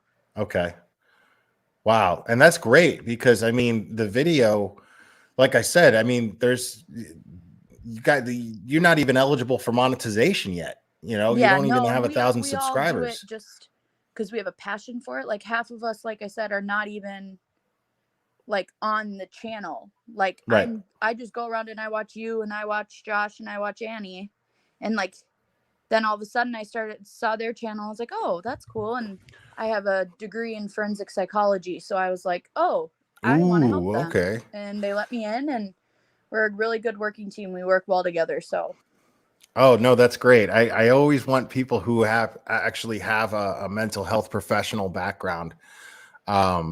So that's always useful to have. So I would love to have you on my panel more often, actually, in future cases. Because what other cases have you been following closely? Well, right now we were following the Christine Beeson case out of Minnesota, but that one, she ended up being fine. Okay. So well, that's always good. I mean, that's great, Yeah. but it's closed now. But and then let's see, I'm trying to think. 'Cause I only started it right when before they put out it was 2 videos ago that I became part of their team. Okay. So just during the Heidi Plank, and then we're also still looking into the Moab murders a little bit. Just as a case itself, looking into how. I'm glad you brought that up. So what do you personally believe? I know that law enforcement has debunked it and said they don't think that they're connected, but what do you think? Do you believe that the Moab murders are connected to Brian Laundrie? In a gut feeling or in a psychology feeling or in like a true crime feeling? Well, in very different aspects. an evidence field. I mean, overall, what's your opinion? I would say I wouldn't rule against it. I'm very on the fence about it. Right. Especially now, I would say I'd lean more towards the possibility of it being true with like the 20 grand and now trying to figure out a reason as to why he went back home. Right. Like, obviously, if it wasn't for money, then there's some other reason that he went back if he had this 20 grand the whole time or whatever. So I think that in a way, I just think there's more that needs to be investigated in it, I should say, before like. I mean, if the rest of us are up here feeling like there's so much more that needs to be investigated, I would assume that law enforcement is investigating this, or at least have, you know. But I mean, everything, because Annie from 10 to Life has been very active and Yep, very I've watched vocal. her recent ones. Yeah, she's been very vocal about those cases, her believing them to be connected. And she's making a lot of really valid points about it. She's making a lot of really valid, observations that could be construed as a lot more than just coincidence. Yeah, and like I think it was either her or you or Josh. One of you said you can't have that many coincidences and have it not be something. I mean, I don't know. I know that what I've said, or at least I hope that I worded it this way, was I just don't believe that you can have that many coincidences. Okay, yeah. I mean, you could, it's possible, but is it likely? No. No. Now, Well, I'm still on the fence about it too. I'm actually in the same position you're in, but because I'm real vocal on this channel about talking about how if law enforcement says it's not connected, then it's not connected. They obviously have more information than we do, but at the same time, there's just too many coincidences, and I could see law enforcement, because this case, at least can you the still Gabby hear me? Petito, Because I lost you. Yeah, I can hear you. Can you hear me now? Okay, she can't hear me. Can you still hear me? Yeah, I can hear you.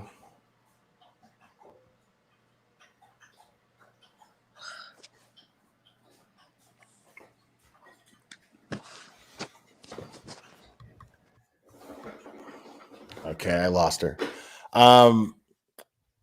I can see them being connected. I could see law enforcement, because the Gabby Petito case was such a high profile case. I could see law enforcement basically just trying to get so that they can conduct a thorough investigation, so that they can actually conduct a less muddied watered investigation to basically lie to the public and say, no, they're not connected. I could see that happening.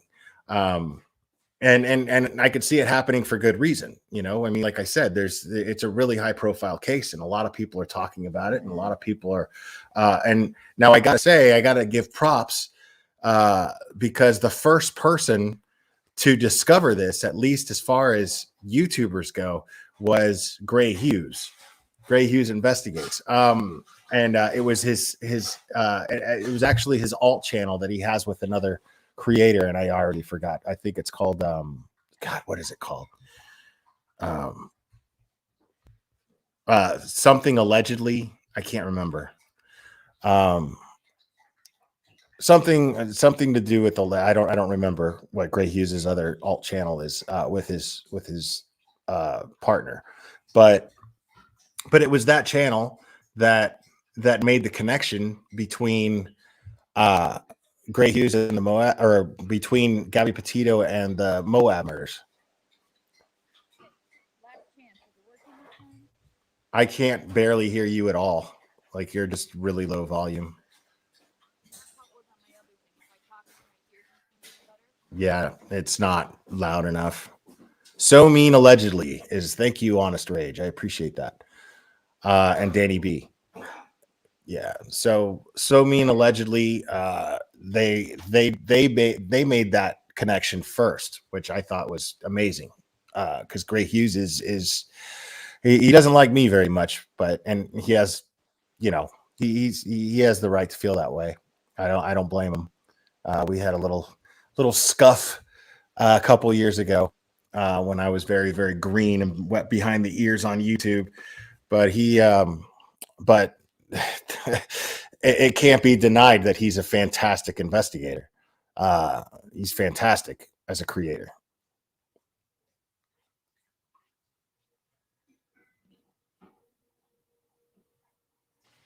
Is it any louder now? Yeah, it's much better now. Oh, finally. Damn technology. Yeah. So what I was saying was I'm with you. Mostly I'm on the fence about it, but I just can't. I just can't dismiss all those coincidences. I just can't. Yeah, and I'll say too, there's just too many. Yeah, based on what I've looked at just with Brian in general, like not Brian and Gabby necessarily, but just Brian in general, I would say that it is something that I wouldn't take off the table based on what I've heard about him. Obviously, you can't say anyone could be a murderer if you've never met them or seen them, you know what I mean? But Right. based on that type of thing, it's not something I would take out and be like, oh no, he never could have done it. Yeah. I mean, because another thing, it just doesn't add up. I mean, I just don't see this dude being just a cold-blooded killer. You know what I mean? Yeah. Just going around killing people. You know what I mean? It doesn't add up. It doesn't add up with the MO behind what happened to Gabby. What happened to Gabby looks like it was a domestic issue that went way too far. And he just simply lost self-control. And the only thing that I can think of is if they did have some type of communication, like at the co-op or something like that, where he thought, like, because I know at first when everything first was going down, they were like, oh, maybe the girls tried to like help Gabby during that situation, or maybe they were one of the witnesses because the girl used to work there, something like that. Then I could see that being a motive of him to be able to go do that, if that makes sense. But I don't know if that first part is true. It was just rumors when it first happened. But I feel like it would have to be something like that. I don't feel like it would have to have been a crime of passion of some way, shape, or form. You know what I mean? Like, he's not, especially after he's being put up in a hotel from the police. He's not going to be like, yeah, I'm so pissed, I'm going to go kill people that I don't know. Like, I don't see him being like that. It would have to be. He could have. Yeah. You know what I mean? There's two sides to that coin. I mean, he could have just been enraged by the fact that he was separated from her, and got I guess somehow. he did like to control what she did and who she saw. So for the fact that he got split up, like. Because in the new documentary, the one that Josh is in, they were talking about how if he didn't like someone, then he would like tell Gabby, like, no, you shouldn't be around that person, like even girlfriends. Like, so it very could easily be like, oh, the police are not going to take me away from her. And then he's just pissed to begin with and go for it that way. Right. But. I mean, yeah, there's just a lot of questions, and Annie's a really, really sharp person, so I could see, and she's got a gut feeling, you could pretty much count on there being something to it. She's just like that. And she's very credible in the way that she thinks. Yeah. So I just, when it comes to that, I consider that, but of course that's not enough to form an opinion. But I do consider that and take that into consideration and factor that into my opinions, to some degree. I had kind of brushed it off after the police said like, oh no, they're not related at all. Like, we did all that. But then in these last few weeks when Annie has been putting it out, I put a lot of credit into Annie as a person just because I've followed her for a very long time. But I think at the same time, the information she's putting forward that has those connections that are like, that's weird, or, you know, different things, it definitely has swayed me more into, okay, this is more of a possibility than I thought it was at the beginning, just based on the information she's put forward. So, do you believe that the Laundries had the intention of aiding and abetting Brian, helping him escape or hide out yes, or get I a would head say start? yes. Yeah. Do you think they funded him? I don't. After the 20,000, I would say yes. You were talking about at the beginning of your stream, right? Yeah. Yeah, I would say yeah. I would say definitely. No one's gonna just be like, oh yeah, we just found out your girlfriend's missing at that point, even if that's what they want to say, and then they're just gonna go allow you to go by yourself and know you're taking a gun and doing, like, no parent's gonna allow that. You know what I mean? Like, Right. you can't. Yeah, the dad says, oh well, I couldn't stop him. It's like, yeah, you could. If you were afraid that your kid was gonna go out there and unalive himself, you would stop that. Yeah. Well, you would at least take measures. You wouldn't just accept it. You would, you know, Yeah. in Florida, there's something called the Baker Act, and what you do is you go Yep. to in front of a judge, and you get them apprehended and put under observation for suicide watch for a 72-hour period. Is it the same as That's just how it's 5150s? pretty much. Yeah. Yeah. Okay. Because that's what I'm from Minneapolis. So. Yeah, a 5150 is someone it's more, a 5150 is more of it's a police code for someone who is mentally unstable. So it's a little different. This is actually a law. It's called the Baker Act, and it's basically where you can go to a judge, get a court order, even though somebody hasn't actually broken the law, but you get law enforcement to look for them and apprehend them by force, because you don't take any chances. Like they grab you, they restrain you, and they cuff you because you could be a danger to yourself. So if you're for mental health reasons, if you're a danger to yourself or others, then you can legally get a judge to sign this order and get the cops to pick them up, and then they get put in a facility for a period of 72 hours for observation. Yeah. And then it questions, though, just the psychologicalness of those parents, because then it's like, do they second guess themselves from stopping him because they know that if he does get put in there, it's going to be worse for him because then he's going to be scrutinized? I just think, but in the end, Well, that's just silly. I mean, wouldn't you? You know right. I mean? I only see a parent. This is why it's gotten so much attention, because there's nobody knows a parent that would not do whatever it took to save their child's life. Exactly. I mean, and if you're funding them, if you're funding this person, like if they gave him money and a head start to run, what you did was put them in direct danger, because now if they're a fugitive, then the police are going to take him by force, and they're going to, and his life is going to be in danger, because if they're taking him by force, that means they're going to point guns at him. They're going to assume that he's armed, and he could easily be in a position where he gets shot by the cops. Whereas this way you can encourage your child and say, hey, listen, we can't get behind you running because it's going to put you in danger. You got to turn yourself in. And even if they say, no, I'm not turning myself in, don't you love me, mom and dad? Well, I'm going to be like, I'm going to go ahead and turn you in. I'm not even going to tell them. I'm just going to have them turn. Yeah. Yeah. I'm doing this because I love you, whether you understand it or not. I don't care whether you understand it. I'm saving your life. You need to do the right thing here. Because it's not just a question of morals when it comes to giving Gabby's family the closure and the answers that they need. It's not just a question of doing the right thing as far as that goes. It's a question of saving your child's life. It's a question of keeping them safe, even if, you know what I mean? Yeah. So, it's like, would you rather them go to jail, or would you rather them get killed or kill themselves? I mean, it's crazy. Well, and then at that state, though, if they claim they still didn't know anything, like which I think they knew something way before, just especially I after think so watching the too. documentary and saying like that her parents were trying to text and ask about the kids, like both of them together, and they still didn't respond, like way Right. before Gabby went missing. And so it's like it's one of those things where you can, like I said, I have a degree in psychology, criminal justice, and my master's in forensic psychology, and I still have trouble with these parents and how their mind Sure. works. You're right. You Because it's unheard of.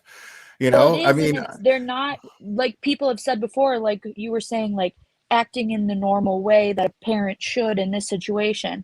They are not acting normally, but we also don't know the background of the story. So in their minds, if they knew and they were like, okay, fine, we'll give you 20 grand to come home and we'll get you out of here, like then they are acting normally. If that was their plan the whole time, it's just to right. us, we're seeing the other side of it. Right.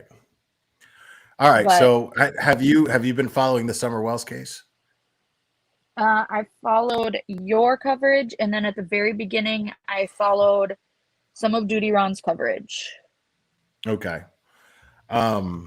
Yeah, so I was just curious. I mean, you probably just don't know enough, but I was curious of your opinions on Dawn and Candace. I hear the on them as a couple or as people or what? I mean, do you see from a psychological standpoint, do you see them as a forensic psychological standpoint? Do you see them as being responsible for as far as opinion goes? Do you see them capable of doing what they're being accused of by most of the public? And there's no wrong answer here. Like if I'm going to take anybody's opinion on this, it's going to be somebody with a who's a mental health professional. I'm not going to listen to anybody else. So Yeah, you know what I and mean? it would obviously just be opinion because I'm not seeing Right. them in person. But Right. based on what I have seen and heard and the different outbursts and the original, I don't think that they did anything to her. I think they just don't have that substance, no offense to them, you know what I mean? To like plan something to get rid of her for this long and not like if the thing at the And not break, not once. Exactly. That's Not what I'm break, saying. but also not have anything else happen. Like people are like, "Oh, she drowned when they went into the water." I'm like, okay, well, then someone would have had to seen them taking a wet body, but then she was seen in the car with the milk jug. So then it's like there's way too many things here that would have to work out completely in their favor. And nothing against them, but I just don't think they're capable of that type of diabolical thinking. That's where I'm at. I think it would. Yeah, and I think so. My main thing, if I know you said you don't like theories because there's not enough, but if there was a theory, I would say it would have to be something with not neglect, but not. I would say like that other lady said earlier, Carelessness. Yes, and then like not a neglect to the point where they don't care for her, but a point of carelessness that ended in her leaving, whether that be walking away, getting lost in the woods, doing this. I don't think they did anything intentionally to hurt her.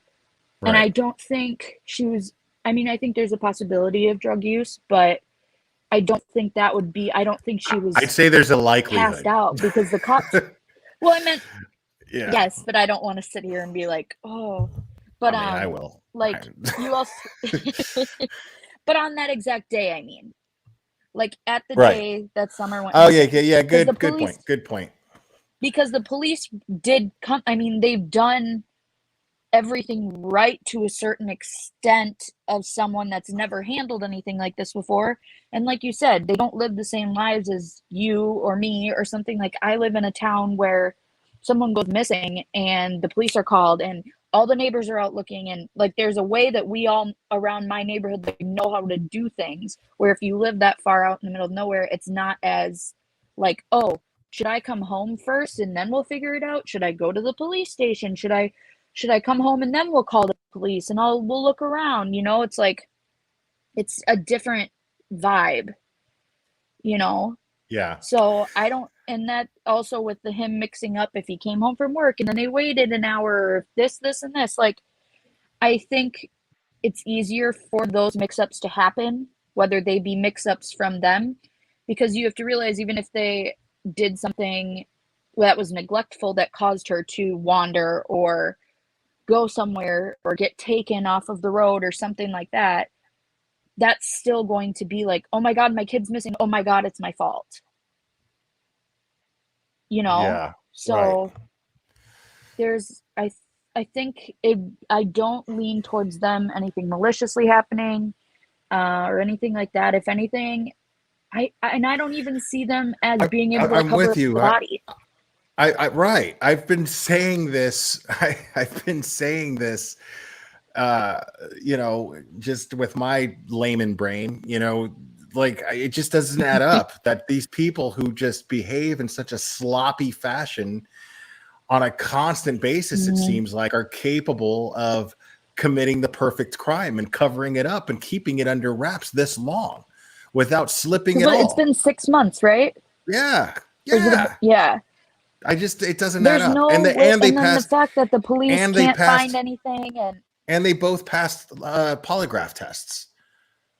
So I'd say they'd probably be guilty of some type of neglect, just in a psychological sense. You know what I mean? Not guilty in a court sure, of law, but sure. guilty in the psychological sense of, and if they show guilt, like if people are like, oh my God, they're acting so guilty, I think it's guilty because they know that something that they did led to this, whether that be she fell asleep on the couch. I mean, it's the same with um, the Duggar girl that just got in trouble for falling asleep and then the kid got out.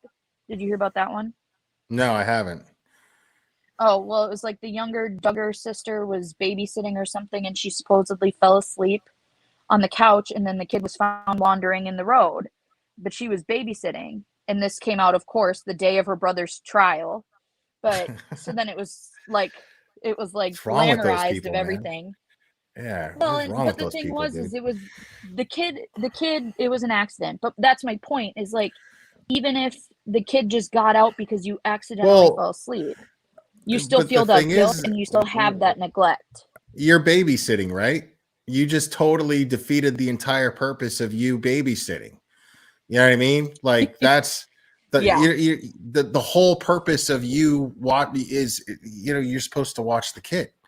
You know what I'm saying? Yeah. Like that's what I'm, you know, I understand if it's not really the person's responsibility, but somebody paid the Duger sister to watch the kid.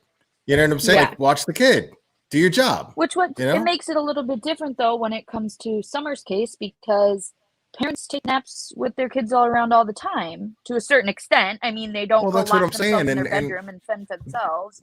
these are people that just let their kids play. You know what I'm saying? Like, go Yeah. outside and play. You know, they don't care if they're wearing Yeah. shoes, whatever. You know, and that doesn't necessarily make them neglectful. It doesn't even make them necessarily bad parents. But Yeah. you know, now abusing alcohol and substances around them, it does. That's different. Yes. But you know, the type of lifestyle in that particular area, like I said, I mean, I was a kid in West Virginia. You know, I mean, my mom wouldn't let me go outside without shoes, but I had neighbors, friends who grew up in very Oh, rural me too. areas, and you know, and their parents were just like, "Go play, get out," you know. Yeah, that's how I grew up too. And I mean, I'm only 27, so Right. Yeah. but I grew up in a somewhat city, but we had a few acres, and we used to walk around and go outside and do whatever, and go to a neighbor's house and ride their dirt bikes and never wear shoes. And but we had the little stickers, is what we We called them. used to The little, purposely go in the woods and get lost. yeah, Purposely. and like We would just go in the the little woods and pokey explore. things that are in the grass, the Right. burrs. Yeah. That's when I started wearing shoes. Is when it got too many to the Right. point where it hurt too long to get them out of my feet. Right. But I mean, Right. even So still, I and I mean, don't live in a big open country like that, but if I did, like, I'd be wanting to walk around all the time. It's beautiful. yeah, yeah. Right. You know, and it's not so hard to believe that she wandered off, in the sense that, because Don and Candace are both like, no, there's no way she wandered off, because we're always telling them, don't wander off. You're not allowed to leave the property and walk around, and wander. Because I Like, don't ever do that. listen to my But parents. At that age. exactly where I was going with this. Exactly where I was going with this. It's a very common thing for a parent to go, not my kid. They wouldn't do that. I tell them all the time not to do it. But what do kids normally do? Exactly what their parents tell them not to do. Always. Yeah. Like, you can almost count on it, Well, especially if there's no one out there watching them at that specific point in time too. And right. then you have to think of the aspect that, okay, well, she walked away and got lost. Okay, they can't find her anywhere. That doesn't mean that someone down the road didn't come get her. You know what I mean? There could have been foul play later on in the situation. Absolutely. So, and it and could likely have nothing to do with the parents. Yeah. There was a dude other nobody than talks the fact about. that Nobody she went nobody outside. The nobody one that talks lived down about the street that dude. was a SO. Yeah, the one that tried to say grab that? the 12-year-old, the one that was trying to grab the 12-year-old kid mowing his lawn. You know what I'm Yeah. saying? Nobody talks about that dude. Yeah. And he was caught. Now, I'm it's been way too long, but I was hoping that law enforcement was just keeping that quiet, and they were basically grilling the guy about it. I know they had to have totally interrogated this guy on Summer. I mean, it's just too coincidental. They probably interrogated him right away too, because that's going to be their first Right. thing, especially because he lived like 100 yards or something. Like his backyard was like 100 yards or something from theirs. But I don't think the press even, the press never even asked about this dude. You know what I mean? Like, so, but yeah, I could see that happening. I mean, it's not a theory of mine, because I don't have a theory, but I could see, I could see her wandering off, and then this dude or somebody like him picking her up, and then and doing whatever he did. I mean, otherwise, why else would there not be a trace of her when they've searched so thoroughly for her? So thoroughly, and they've searched through the house, and there's been nothing. It's just like she has to be somewhere far away for any of this to make sense. So, right. So and she the didn't parents wander never off. had the opportunity to do that. Yeah. Well, and that's Yeah. the thing, is she could have wandered off, and She could have been, then somebody picked her up. Correct. Like, it could have been exactly what Candace had said happened, Sure. to a certain extent. But, Sure. but did they get drug testing like during this? Like, so they knew during that time period if they were on anything? That I don't know.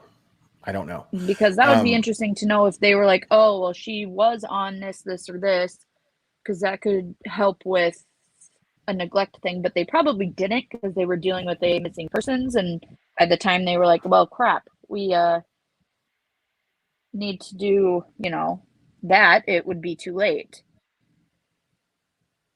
Right. Agreed. But yeah. But yeah, I would assume that something to that effect took place, because they did take polygraphs and they did pass. So, I don't see these people being the masterminds that can beat polygraph tests. You know what I mean? I just don't see that being the case. Not even that. They could have failed their polygraphs, and I still wouldn't think they were the masterminds that could have pulled off the perfect murder. I agree. I agree with you. I totally agree. So So that's my whole thing. Is I think it sucks that they're going through what they're going through. I don't agree with their parenting techniques necessarily, but I don't think that they deserve what they're going through. I definitely don't think that his livelihood deserves to be disrupted the way that this Chad is planning to do so. Chad is the name you use for a Karen, right? No, sort of, yeah. Like, I take a look at this guy, and he just strikes me as the type of dude that uses women to jerk off. You know what I mean? Yeah. Like, only his needs matter, and he feels entitled to women, Just it's not even a fair, it's just he just gives me that vibe. I just by looking at him, it's not even I don't have anything to base that on other than I just don't like the way he looks. So I call him a Chad, and I don't like what he's doing. Because he obviously doesn't care about anybody but himself, because he wouldn't be engaging in this behavior. He's obviously incapable of empathy. So I'd rather just just speculate on his character, since he thinks it's okay to speculate on victims' families and accuse them of horrible things without any evidence. So I don't feel guilty about making this assumption about this like dude. That too. Right, exactly. I don't know. JLR. Yeah, I think that's his initial. I don't even know his name. I don't care. Like, the guy sucks. He sucks. But I'm with you as far as that goes. As far as it's refreshing. It's gratifying to me, my ego, that a mental health professional would agree with me on on how I'm looking at this.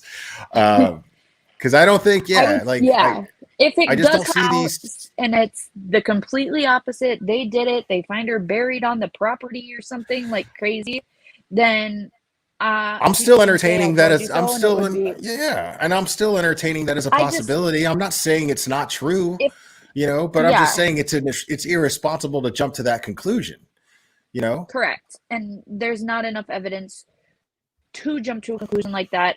If we want to believe that the police have done their due diligence in what they're supposed to be doing, then there's no reason to jump to a conclusion like that. But I do think, like I said, is that there was probably some type of neglect or carelessness. I wouldn't even say neglect at this point. I don't think I don't know, because she is a drug user, supposedly. These aren't neglectful people if they take them places and do stuff with them. You know what I'm saying?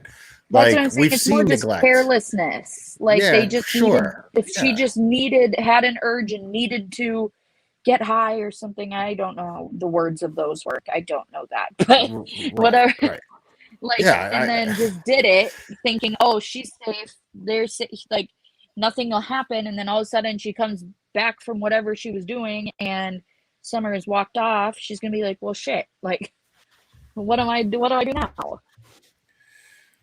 Wait a second. Is this true? What? Hold on. I'm Googling something here.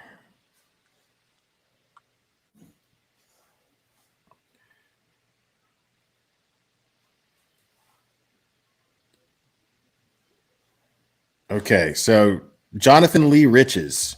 This is the guy, the Chad that I'm always talking about. He's a convicted fraudster known for the many lawsuits he has filed in various. So he's guilty of, he's got the same mindset that Molly Golightly has, just a greedy asshole. And he apparently did time in prison because he files unlawful lawsuits habitually. He's a convicted fraudster known for many lawsuits he has filed in various United States district courts.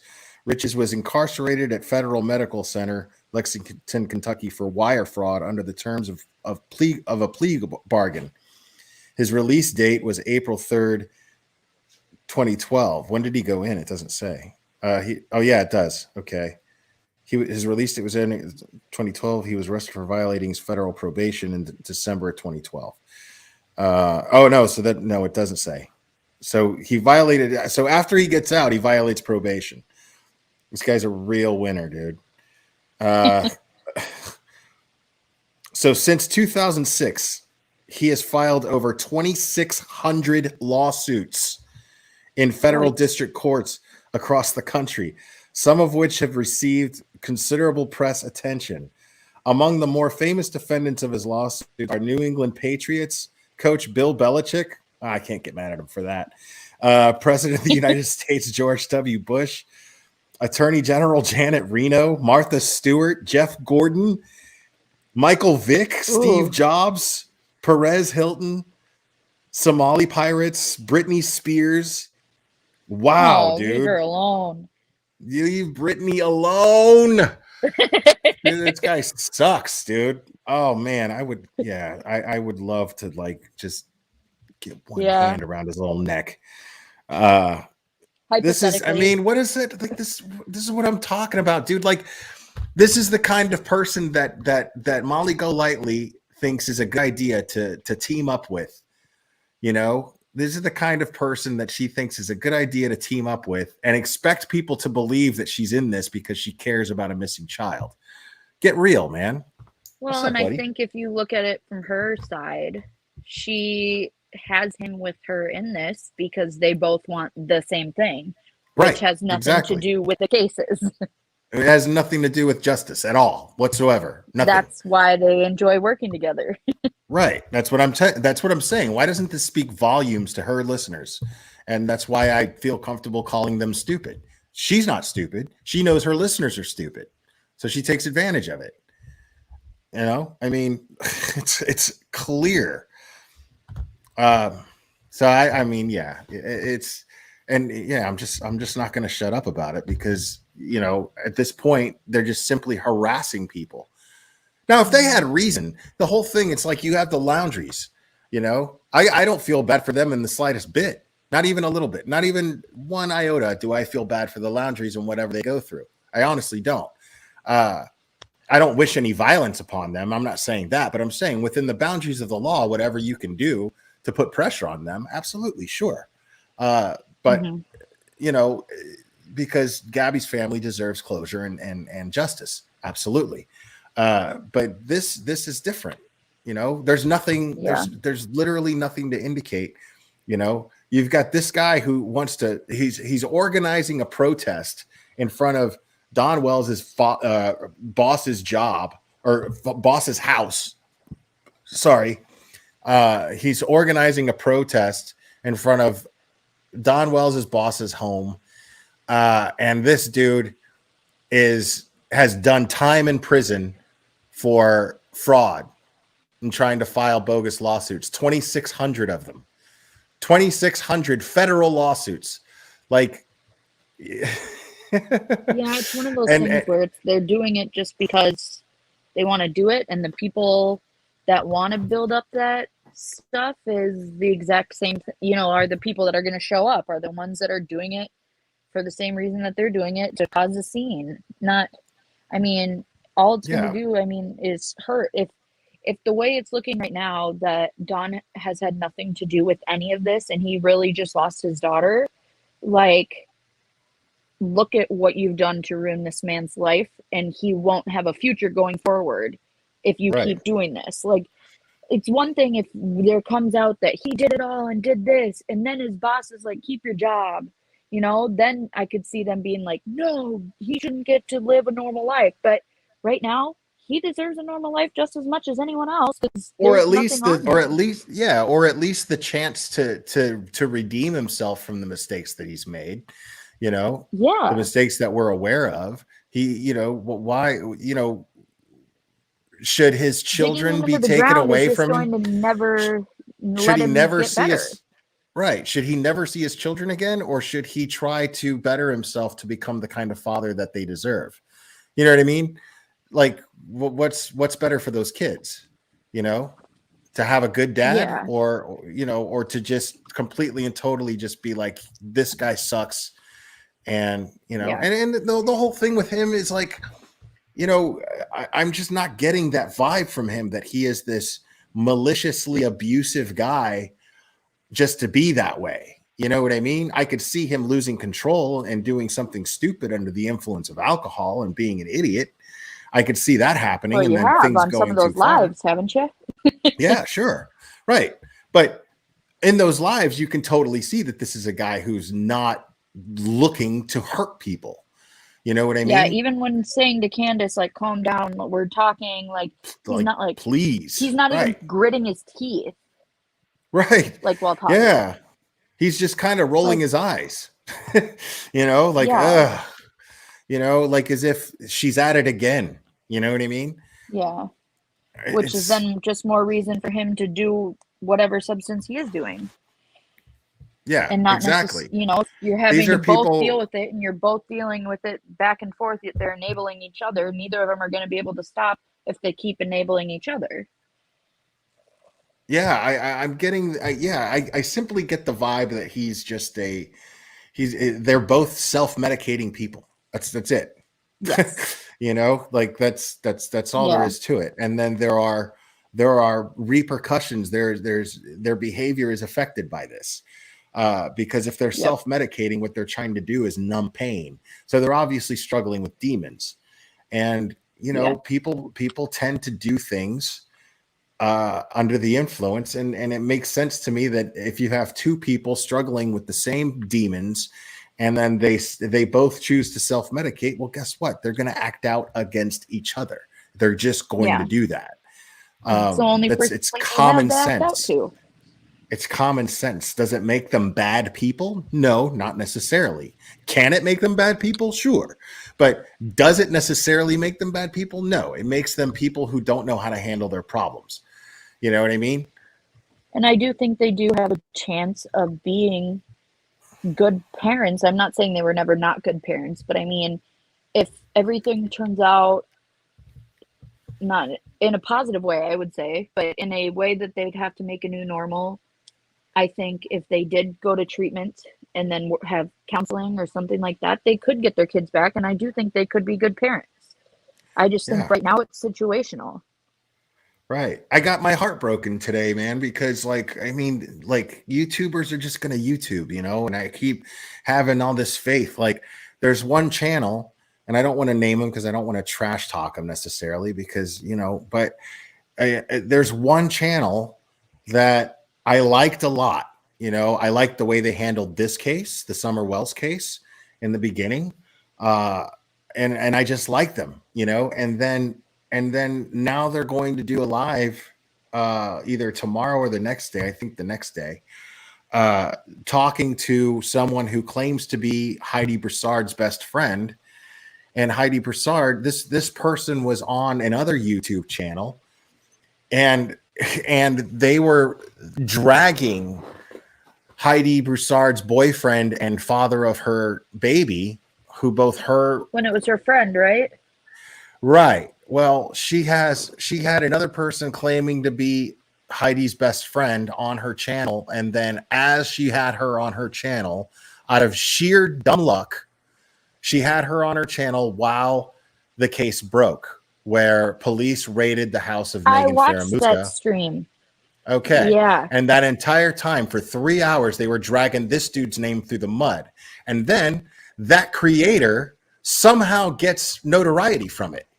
Somehow she gets credit as a sleuth, just because they had breaking news on their stream. Exactly right. She ends up being featured on the local news station there in Texas. Then she's featured on Good Morning America. Then Dateline flies her out to New York to get interviewed. And all of a sudden she's an expert on the case when she did nothing but irresponsible rumor and mudslinging. It's all she did.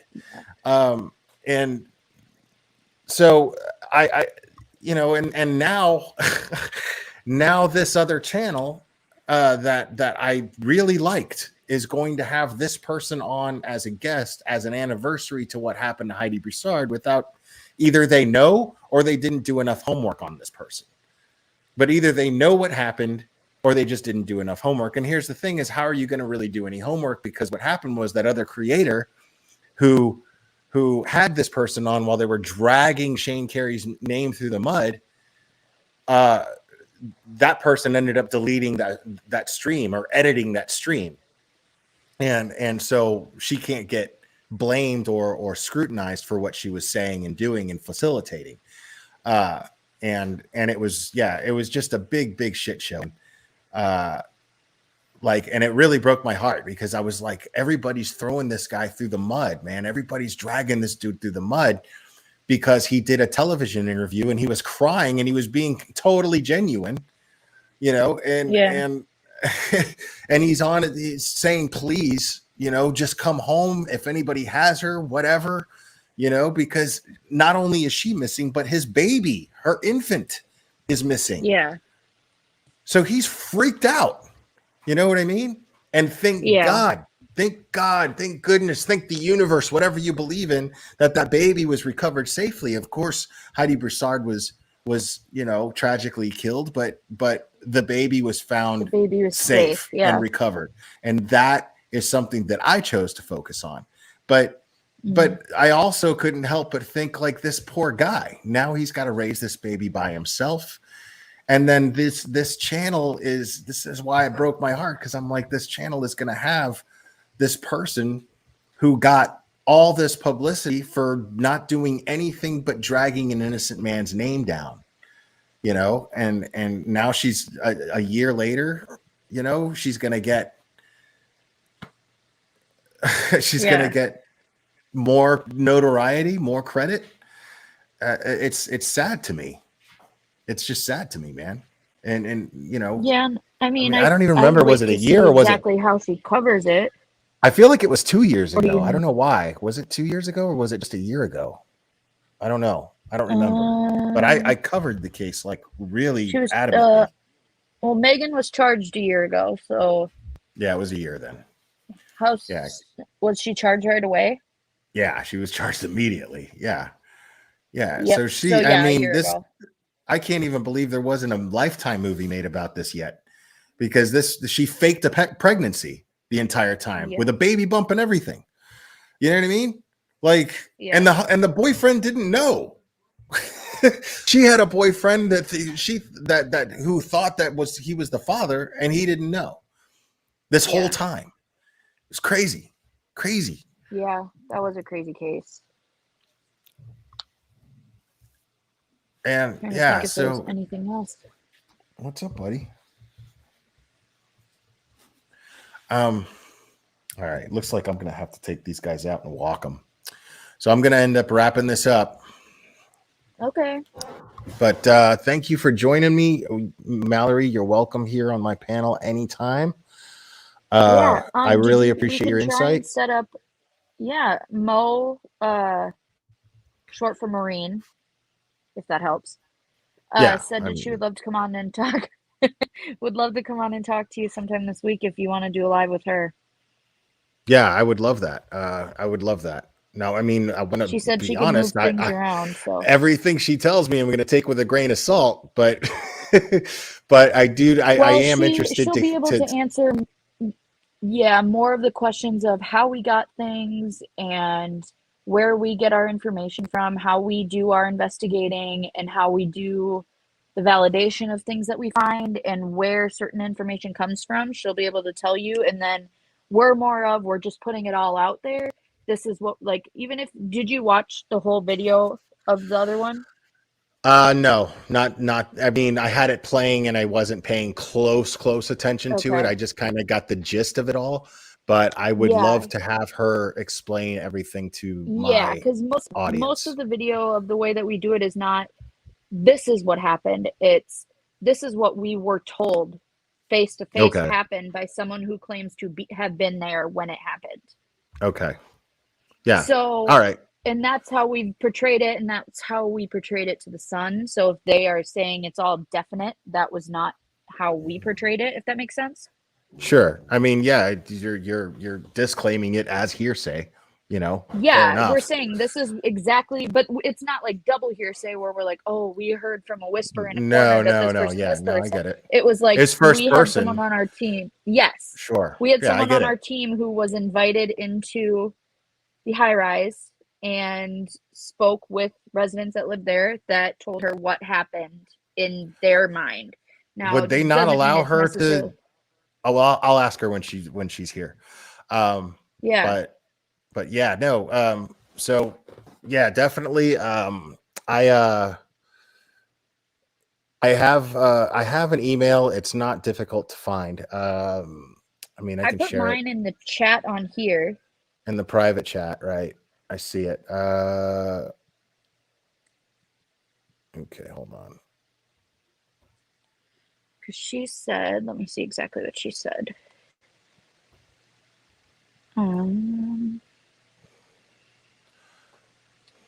She said super flexible in the afternoons and some evenings.